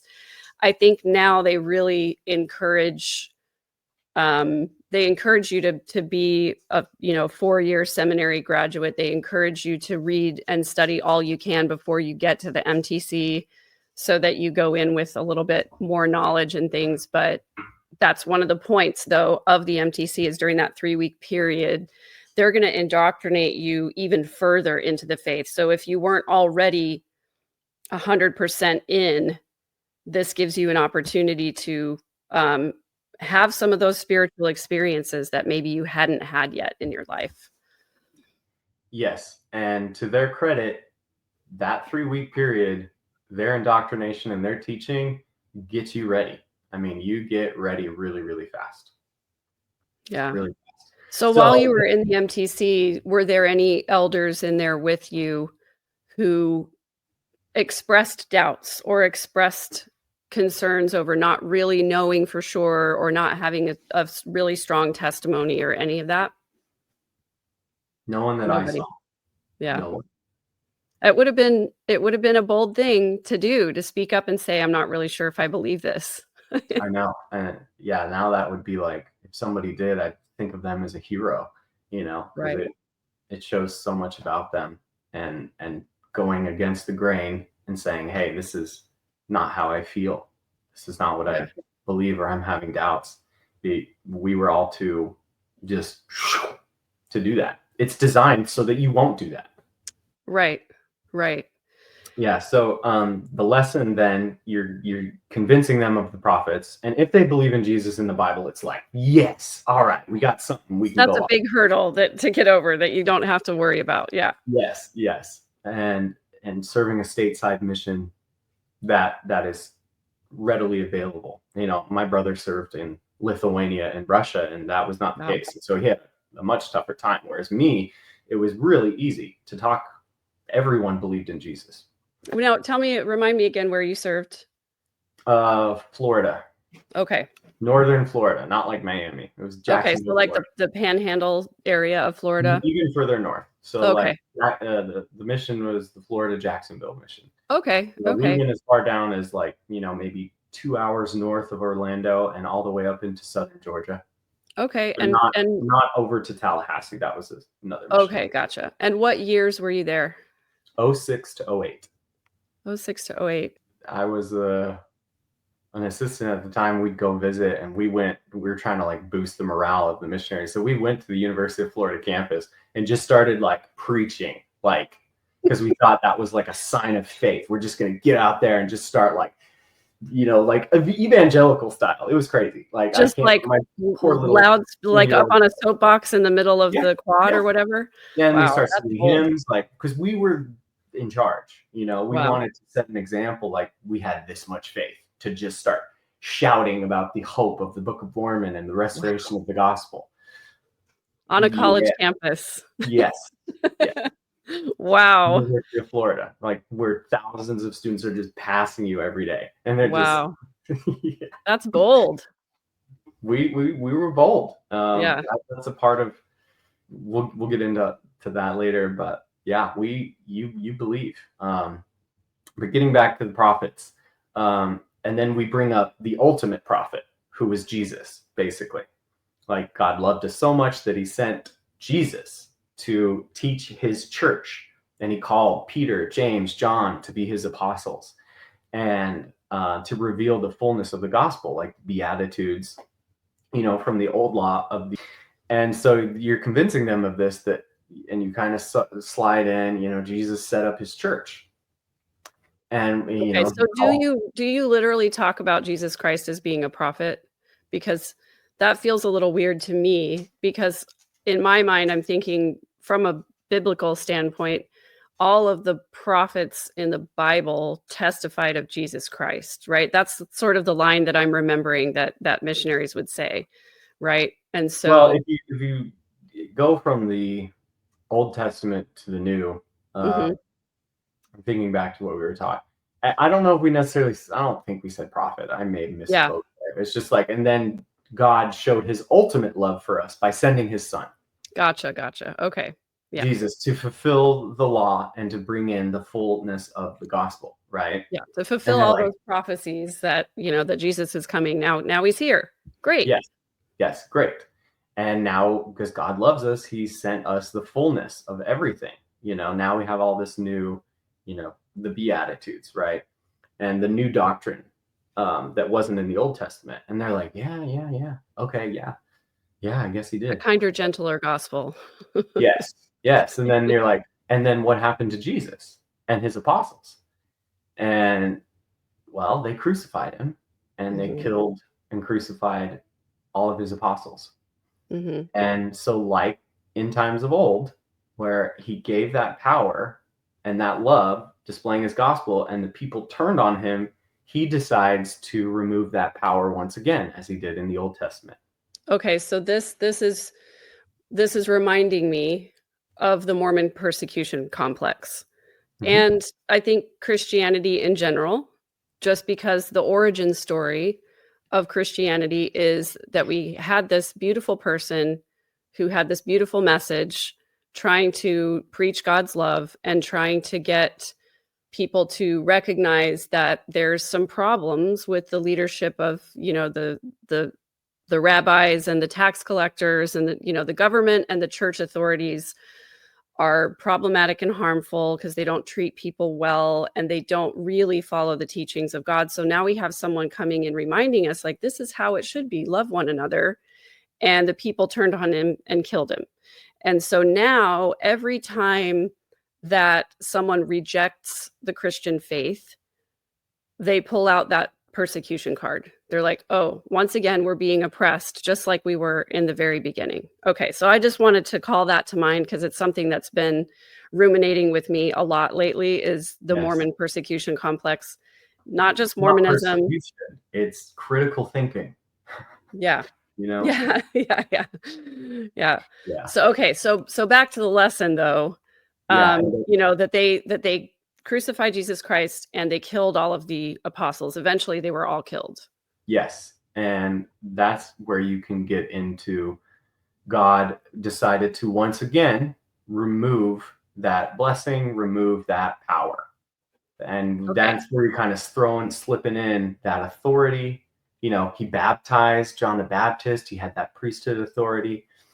His apostles, he gave them the priesthood to conduct his church. And then the people rejected him and were evil. So God is going to remove that power once again, as he did in the Old Testament. Mm-hmm. And that's where you bring in, and then guess what happened? They got a bunch of people together, the Council of Nicaea. They decide that they're going to create a monotheism of Jesus, and that's where the Catholic Church is produced. Okay, And they so that's what I decided was going to bring up, because what I remember is that Peter, the Catholics claim that Jesus said, "Upon this rock I shall build my church," and that was Peter, right? And so, Council of Nicaea, who's in charge? I guess that's my question. Council of Nicaea. Now, they don't get into this in the nitty gritty, but it was all the religious and government leaders come together to the Council of Nicaea. And if you do some digging, they decide on the virgin birth. They decide on what goes in the Bible and what doesn't. They decide what they were going to believe. Because if you look at, this is separate, but the political thing going on at the time was, monotheism had become very popular and hot, and they were trying to pacify, because there was wars going on, bad, and they were trying to pacify everyone. And so, pay respect to, what is the line? Paying respect to Caesar. They were like, just everyone be nice, but also pay the taxes. Render unto we need Caesar. everyone to just, So that's a whole nother topic that's really fascinating. But so I'm thinking to myself too, as a person who, like, let's say that you tracked it into somebody who believes the Bible, believes Jesus Christ, as we said, like that's a big hurdle that you don't have to get over.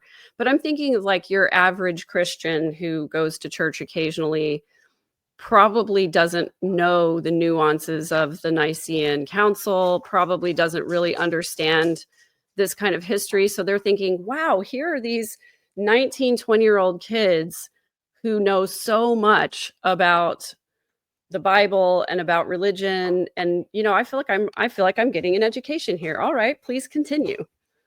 Yes, and you're taught throughout Preach My Gospel, giving this lesson, to cite verses in the Bible proving everything that you're saying that you have memorized. So it's all the more impressive. Right. Very impressive. And when you pull out your scriptures, they're probably very well marked. They're well worn. They've got little tabs, highlighting certain areas or whatever, so I think people see that and they think, oh, I've got a Bible somewhere on my shelf, but it's, I haven't cracked it in a really long time. And I certainly couldn't recite any sort of memorized verse. Exactly. So that does give you some credibility and some authority. And I'm sure people saw that. Yeah. Yeah.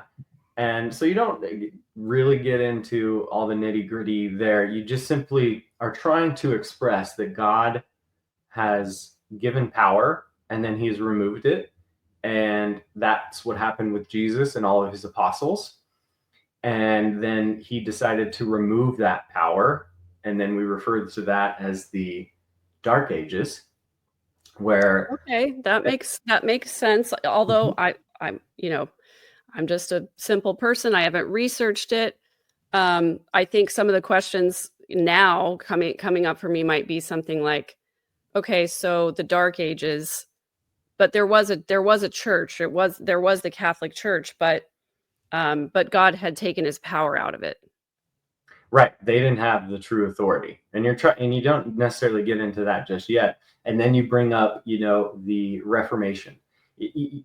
I like to, then you have the Lutheran Church, and then Baptist Church, and then all of these different churches that can't decide on how the true church should be. They all have different variations because the Bible was translated and retranslated, and no one has the power of God to understand what it's really saying. So you have all of these different denominations that come up, right?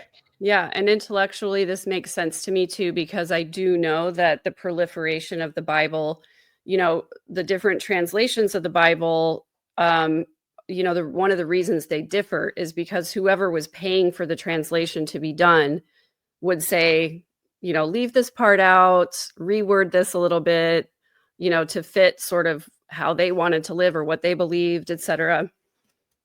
Yes. Yeah. And that leads you to bringing up, I like to fast forward all the way to the 1800s, foreshadowing, in a nation where there's religious freedom.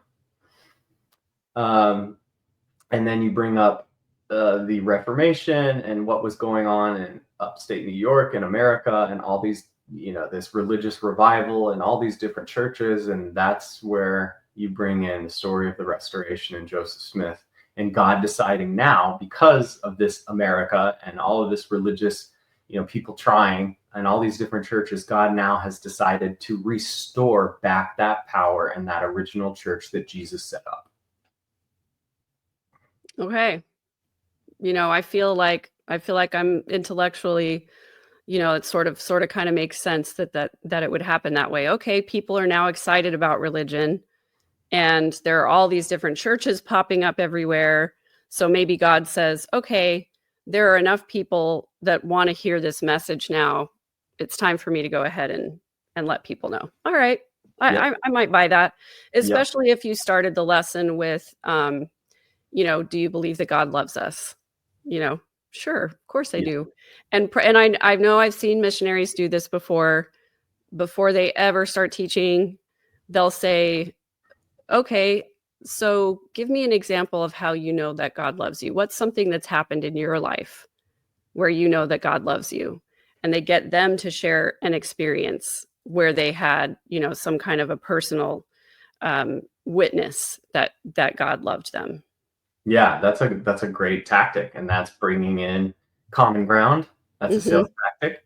Absolutely. Yeah, you tell me your experience, and then you sort of get them feeling good. You get them talking. Yeah. All right. I wanted to get through I wanted them, and in that first lesson, I always wanted them to obviously feel the Spirit, but if they could make the logical association with that power and it being removed, and then it makes sense that now there's all these different churches, and God, it shouldn't be like that. There should be one that we can all follow. And there were gaps in time in the Old Testament where he did the same thing, and he just did the same thing again in modern times. Yeah, so it's always interesting to me how Mormonism encourages its members, and through its teaching and everything, to put a Mormon spin on what has happened in the Bible, to find those like similarities. And it's easy to do because the Book of Mormon is probably 2/3 just regurgitated Bible verses, right? Yeah.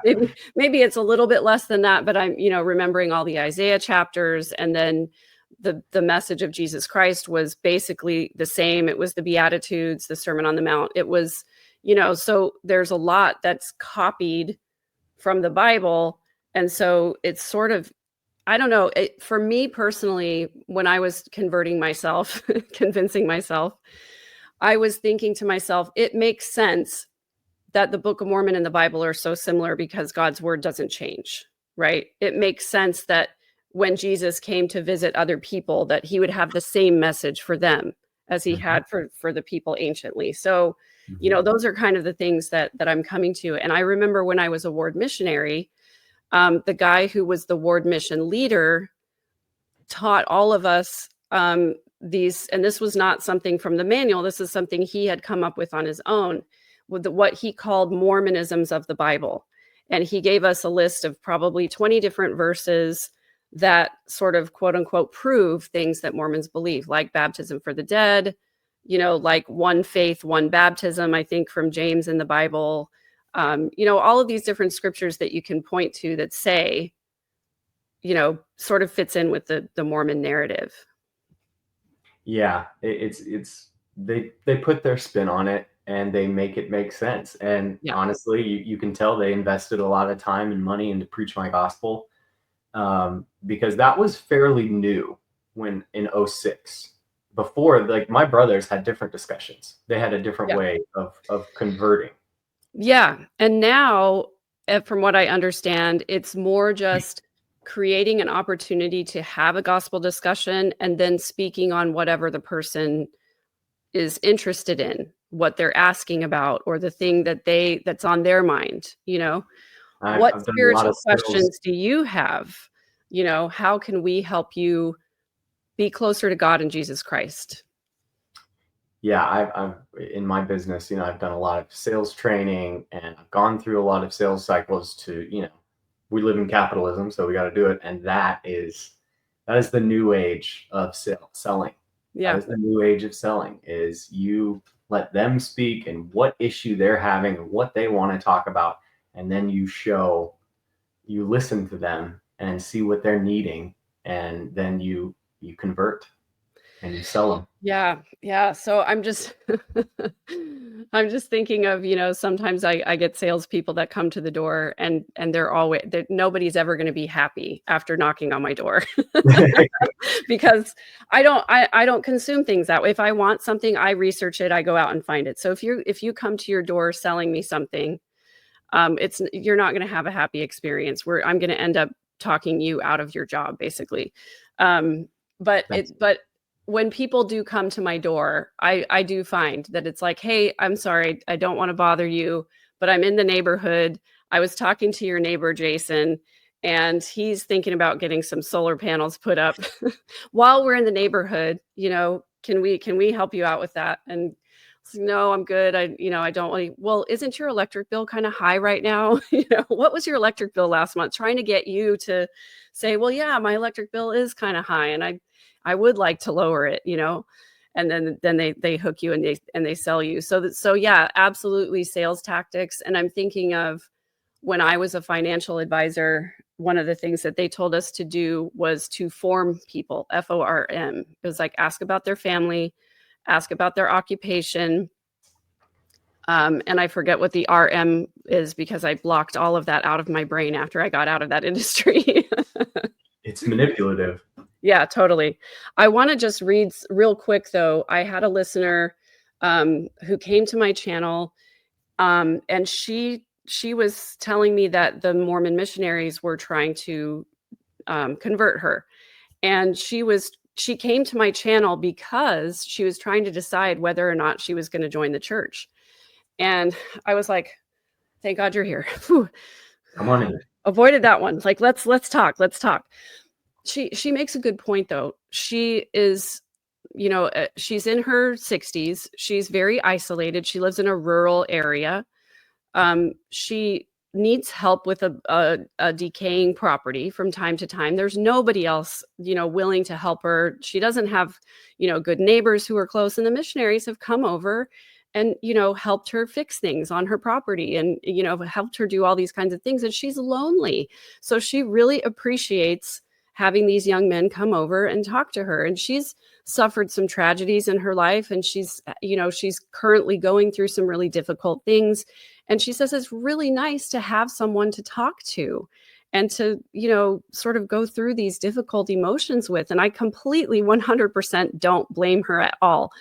But since she came to my channel, we've pointed out some of the problems with Mormonism and some of the reasons why she might not want to join the church, or at least look into these things before you make a decision, right? I'm not trying to tell anybody what to do with their faith. It's a very personal decision, but informed consent is really important to me.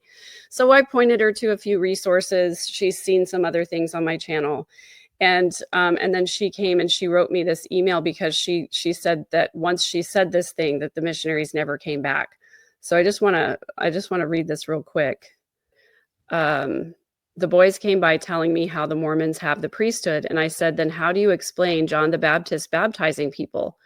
Of course, they said he had the priesthood via Aaron. I said Aaron was anointed and worked in a synagogue, and John the Baptist never worked in a synagogue, so he was not anointed as a priest. So where did he get his authority from? She said after she said that, they stopped coming around. And I was like, that's kind of brilliant. I never thought of that before. Like, where did John the Baptist feel like he got his authority? Because he didn't go into synagogues, and the Aaronic priesthood, he never really would have been anointed. So I know that from time to time missionaries get stumped. And I think especially in this day and age with the internet, I can totally see the missionaries come teach this lesson. This person has a great experience. They feel the warm fuzzies. They're left with an assignment to read something from the Book of Mormon. And they start talking to their friends and family members who, of course, are going to try to convince them not to join the church. Mm-hmm. Or they go Google something, or they go to ChatGPT and they say, hey, the missionaries are coming. What do I need to know?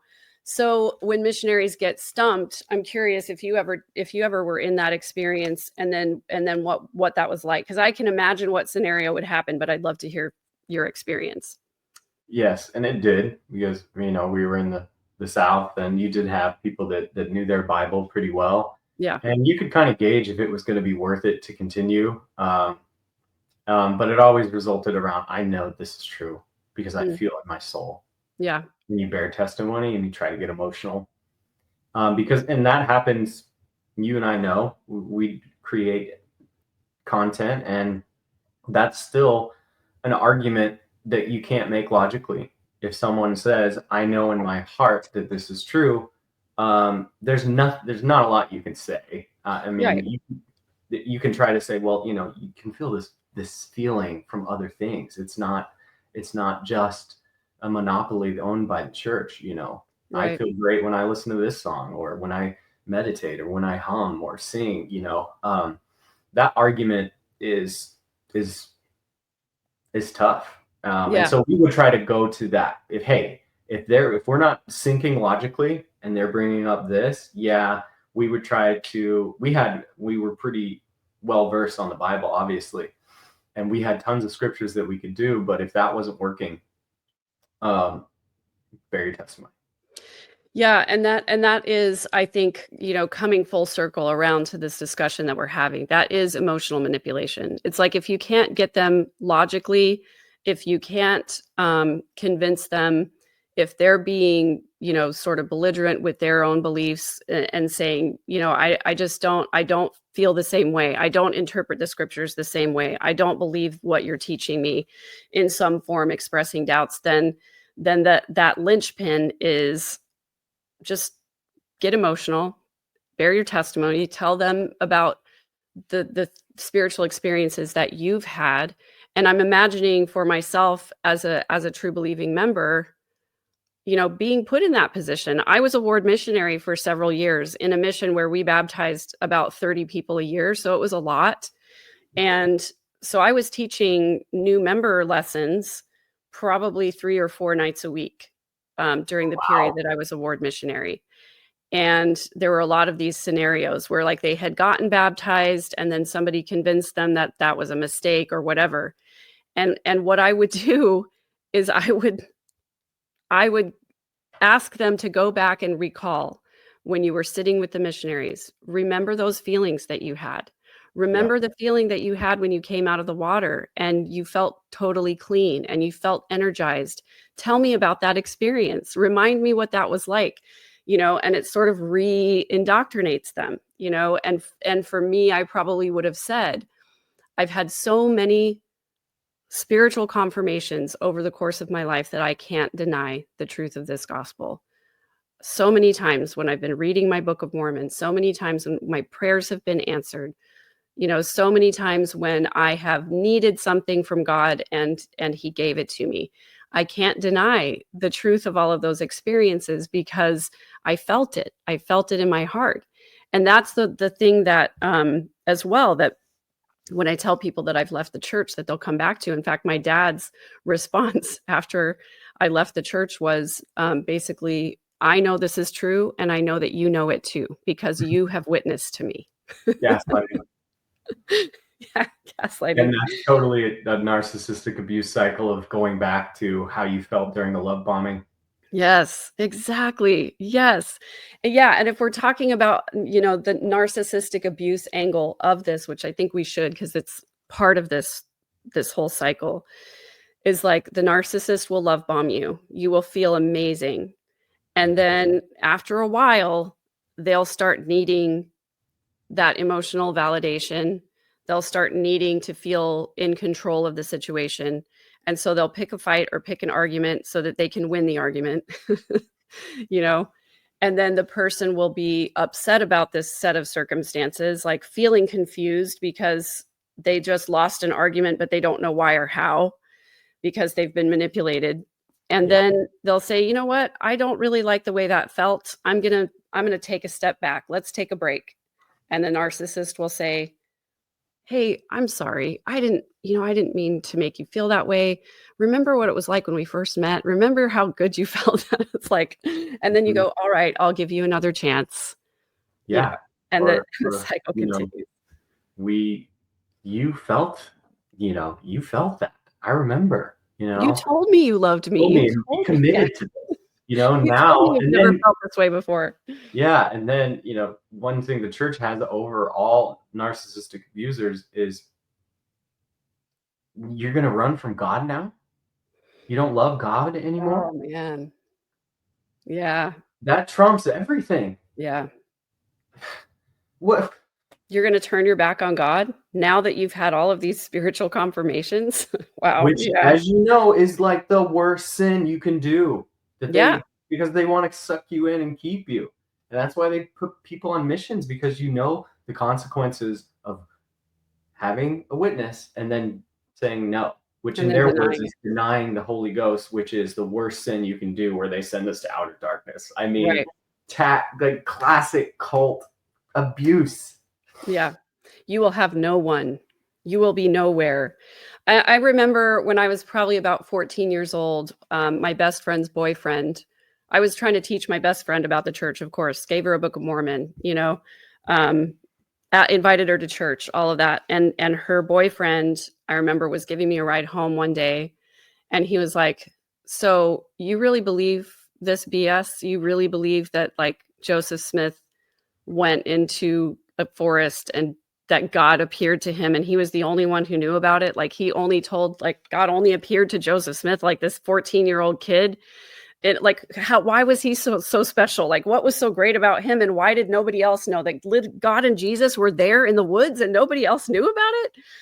There was no other. I was like, and I was in a little bit of a doubting cycle. I was mad, at my parents for lots of different things. And I was like, you know what? I don't think I really believe that anymore.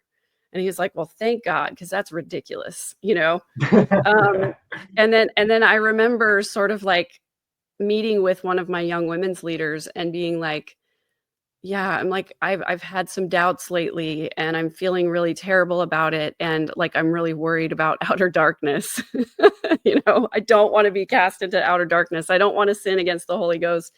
And she was like, you know what? We all have doubts. It's okay. She said, you don't need to worry about outer darkness, because you would have to be at the pinnacle of spirituality. You would have had to actually seen Jesus Christ and then denied it. So it's okay. You have your testimony's growing. You're just 14. You don't have to worry about going to outer darkness. And I remember being like, whew, man, I've dodged a bullet on that one. I was really worried that I was going to get banished into nothingness forever. You know, you're 14 years old having these feelings. yes. I was 14 years old worrying that God was going to banish me into oblivion. For those of you who've never been Mormon and don't know about outer darkness, it's the version of Mormon hell where Yeah. you just exist forever, but you're never allowed to see any of your family members or God or Jesus Christ ever again. And You you just live with the exist. ultimate shame and guilt. Right. You just exist as one of Satan's minions, followers, or whatever, and you're just completely banished in isolation forever. It's like solitary confinement in perpetuity, which is probably worse than burning, honestly. It's awful, and you learn about that from a young age. And yeah, it's crazy and it's sad because the Mormon Church, the system, it abuses the missionaries, it exploits the missionaries. It Yeah. teaches us how to be narcissists. It teaches us how to manipulate. It teaches us how to abuse vulnerable people, and really, it's just awful. And I try now, looking back and having a lot of grace and compassion for that 20-year-old version of myself Yeah. who abused people, honestly. Yeah. Yeah, and I'm so grateful for your introspection. You know, I'm gonna continue to say it, like, self-awareness is a very rare gift, and it takes a really strong person to be able to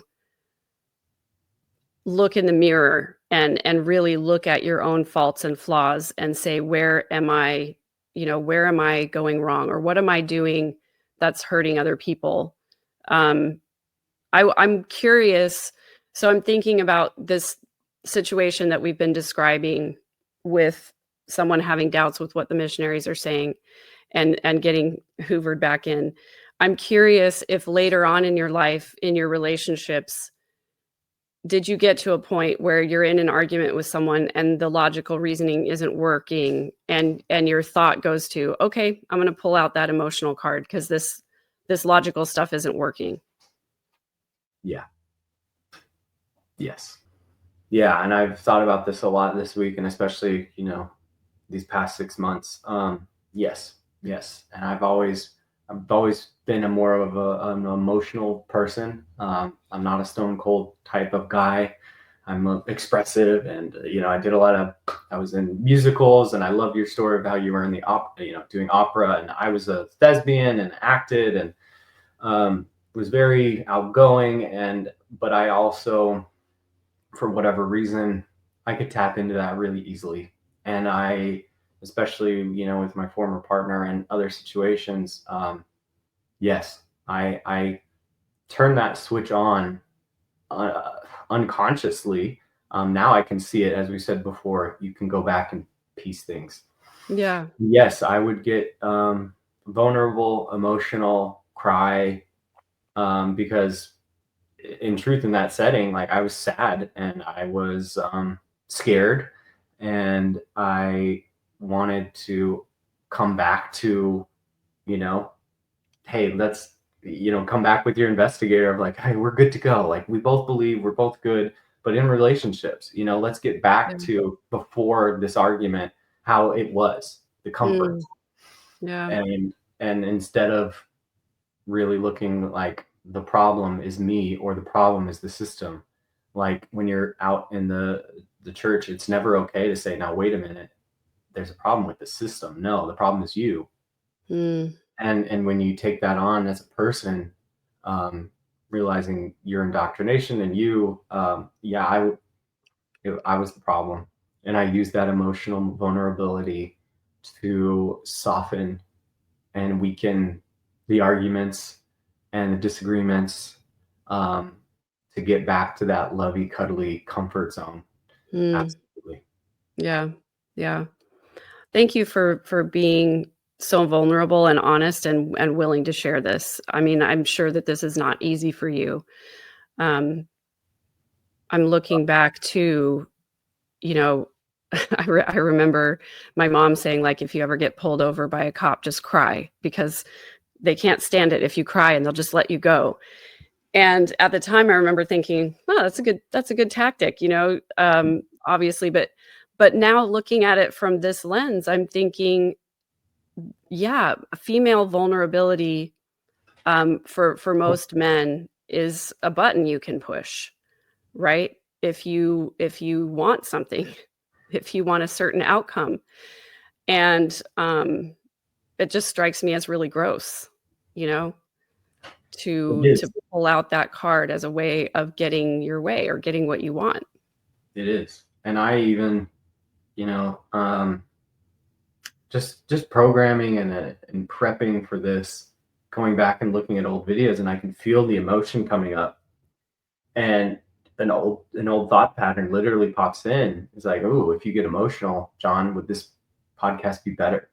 Mm, And that just continues on, and I accept that, and I say, now wait a yeah, minute, let's be cognizant of that, and then just trying to be ultimately authentic. Like you said, thank you for your vulnerability. Well, that used to be a weapon I used, and mm, it's we're learning, right, and we're yeah, processing, and so even I have to check myself, and that's where that accountability comes in, and it's like, okay, now, yeah, yes, I am being vulnerable, but I'm trying to be as transparent as possible. But that was a go-to for so long that it's still there, and you gotta be careful of it. And yeah, but then in healing, you learn, like, there's nothing to fix. You simply are able to use all of your parts to expand. yes, I now see those parts as a benefit that I can use to hopefully not use, but just expand more, and yeah, use those things that I learned, whether they're maladaptive or not, but it just adding to who you are, and using what you have, because I don't believe in, I need to fix this, I need to change. It's just, I'm grateful for those parts of me, because I thought I was doing what I needed to do. I thought I mhm, was really believing, and I thought it was really God showing me that this was true, and that I could affect other people in a positive way. And then obviously that became maladaptive.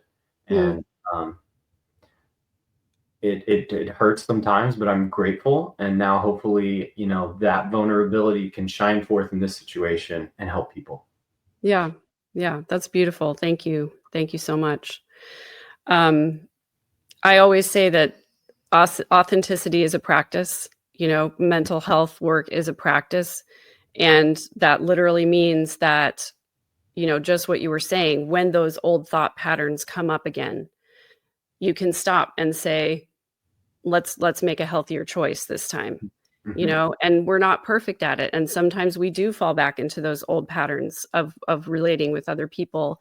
And we just have to forgive ourselves, because, unlearning those patterns takes a really long time. And when you grow up in Mormonism and you've been indoctrinated into this way of thinking, it is really hard to unlearn those things. And I think for me, surrounding myself with people who are healthy, and also people who've never been Mormon, Yeah. so that when one of those thinking patterns comes up and I describe it to these other people who've never been Mormon, they're like, "What? Wait a second.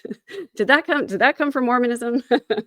It's been really healthy for me to have a partner who's never been Mormon, Yes. because he calls those things out a lot.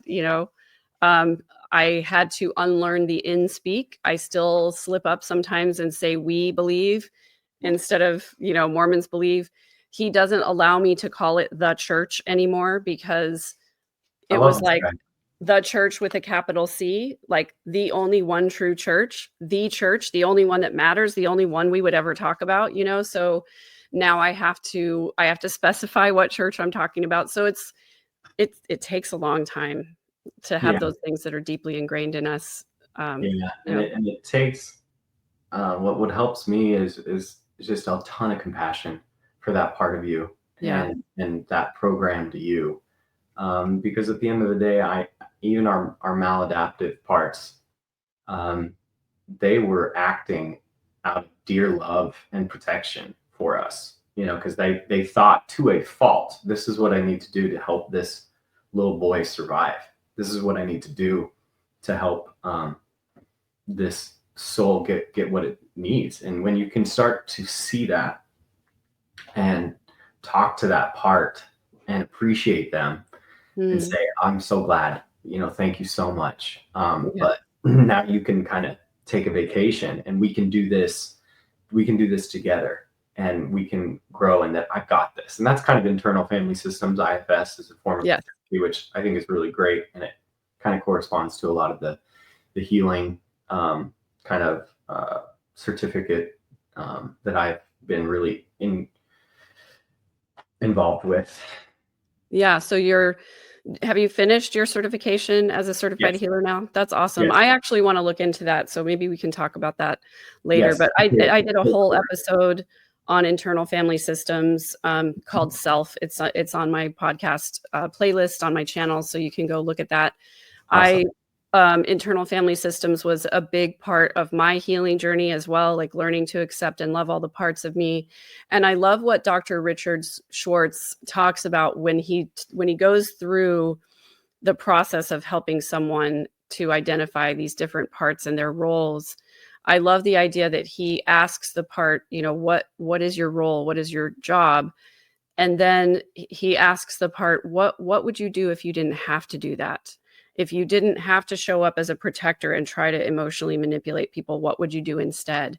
And I think that work is really healing and so important. So I'm glad you brought that up. Yeah, it really is. Dr. Schwartz, I love that book, No Bad Parts. Yes. Highly recommend for everyone.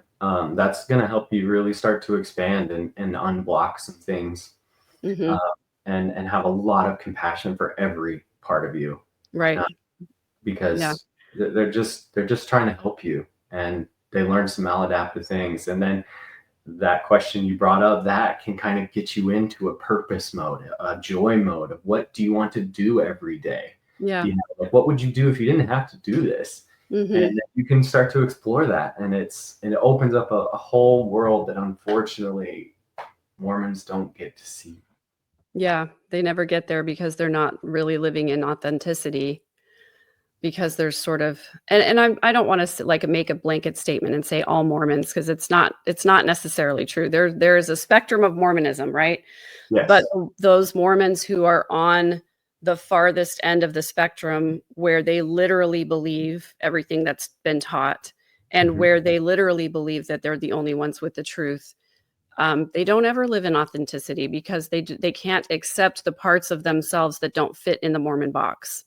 And that certainly was where I was for a really long time, where, I couldn't think about my true sexuality. I couldn't think about my true intellectual capabilities. I couldn't think about my true desires for my life, because they didn't fit into the Mormon narrative. And I was on this Mormon treadmill trying to Mormon harder than anyone else Mormoned to make up for mistakes that I'd made in my past. And I'm so grateful that I have this authentic life to live now, that I get to decide what I value, rather than having someone else tell me what I need to value or what I should value. And the mental gymnastics that I would have to go through to continue to believe after things like the November 2015 policy and the new transgender policies. And I just, I'm so grateful for. That's the gift of the faith crisis, right? That's the gift of going through the hard work of deconstructing your entire worldview. So anyway, I'm just for where I am now. I'm grateful that I'm not still in that mind fog. It feels great. And a very archaic, dumb comparison is the Matrix. And you get out of the Matrix and they're in these raggedy clothes and this ship, and it's raw and it's real.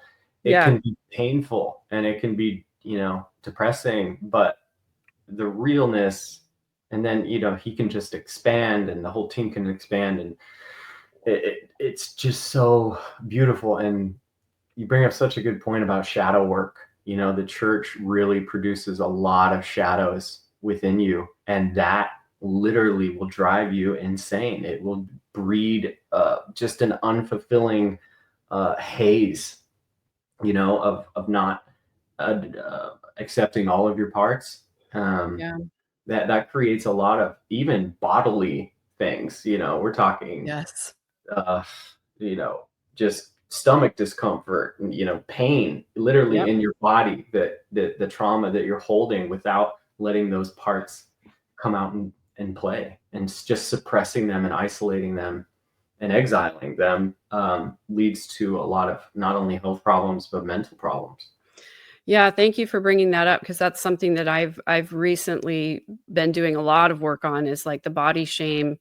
And I've had a lot of breakthroughs where I realized that I was holding tension and tightness in certain parts of my body as a protective mechanism, partially because of, my child SA, but also because of the body shame that I encountered in the Mormon world.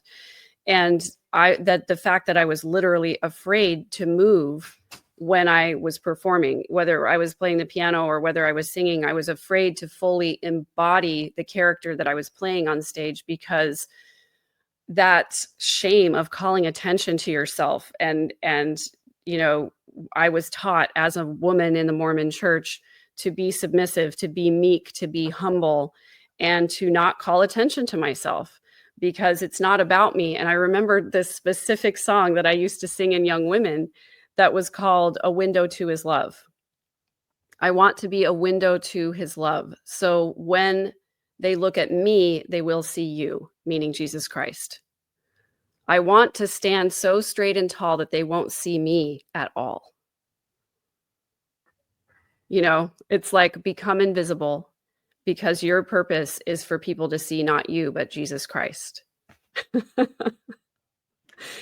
Yeah, And that's all the shame associated with that. So I've been working through that too. And I think that it's a piece that a lot of people maybe haven't addressed yet. So I'm glad we're talking about it, because The Body Keeps the Scores, another book that I love by Bessel van der Kolk, where it talks about you store the trauma of your experiences in your cells, and it has to come out at some point.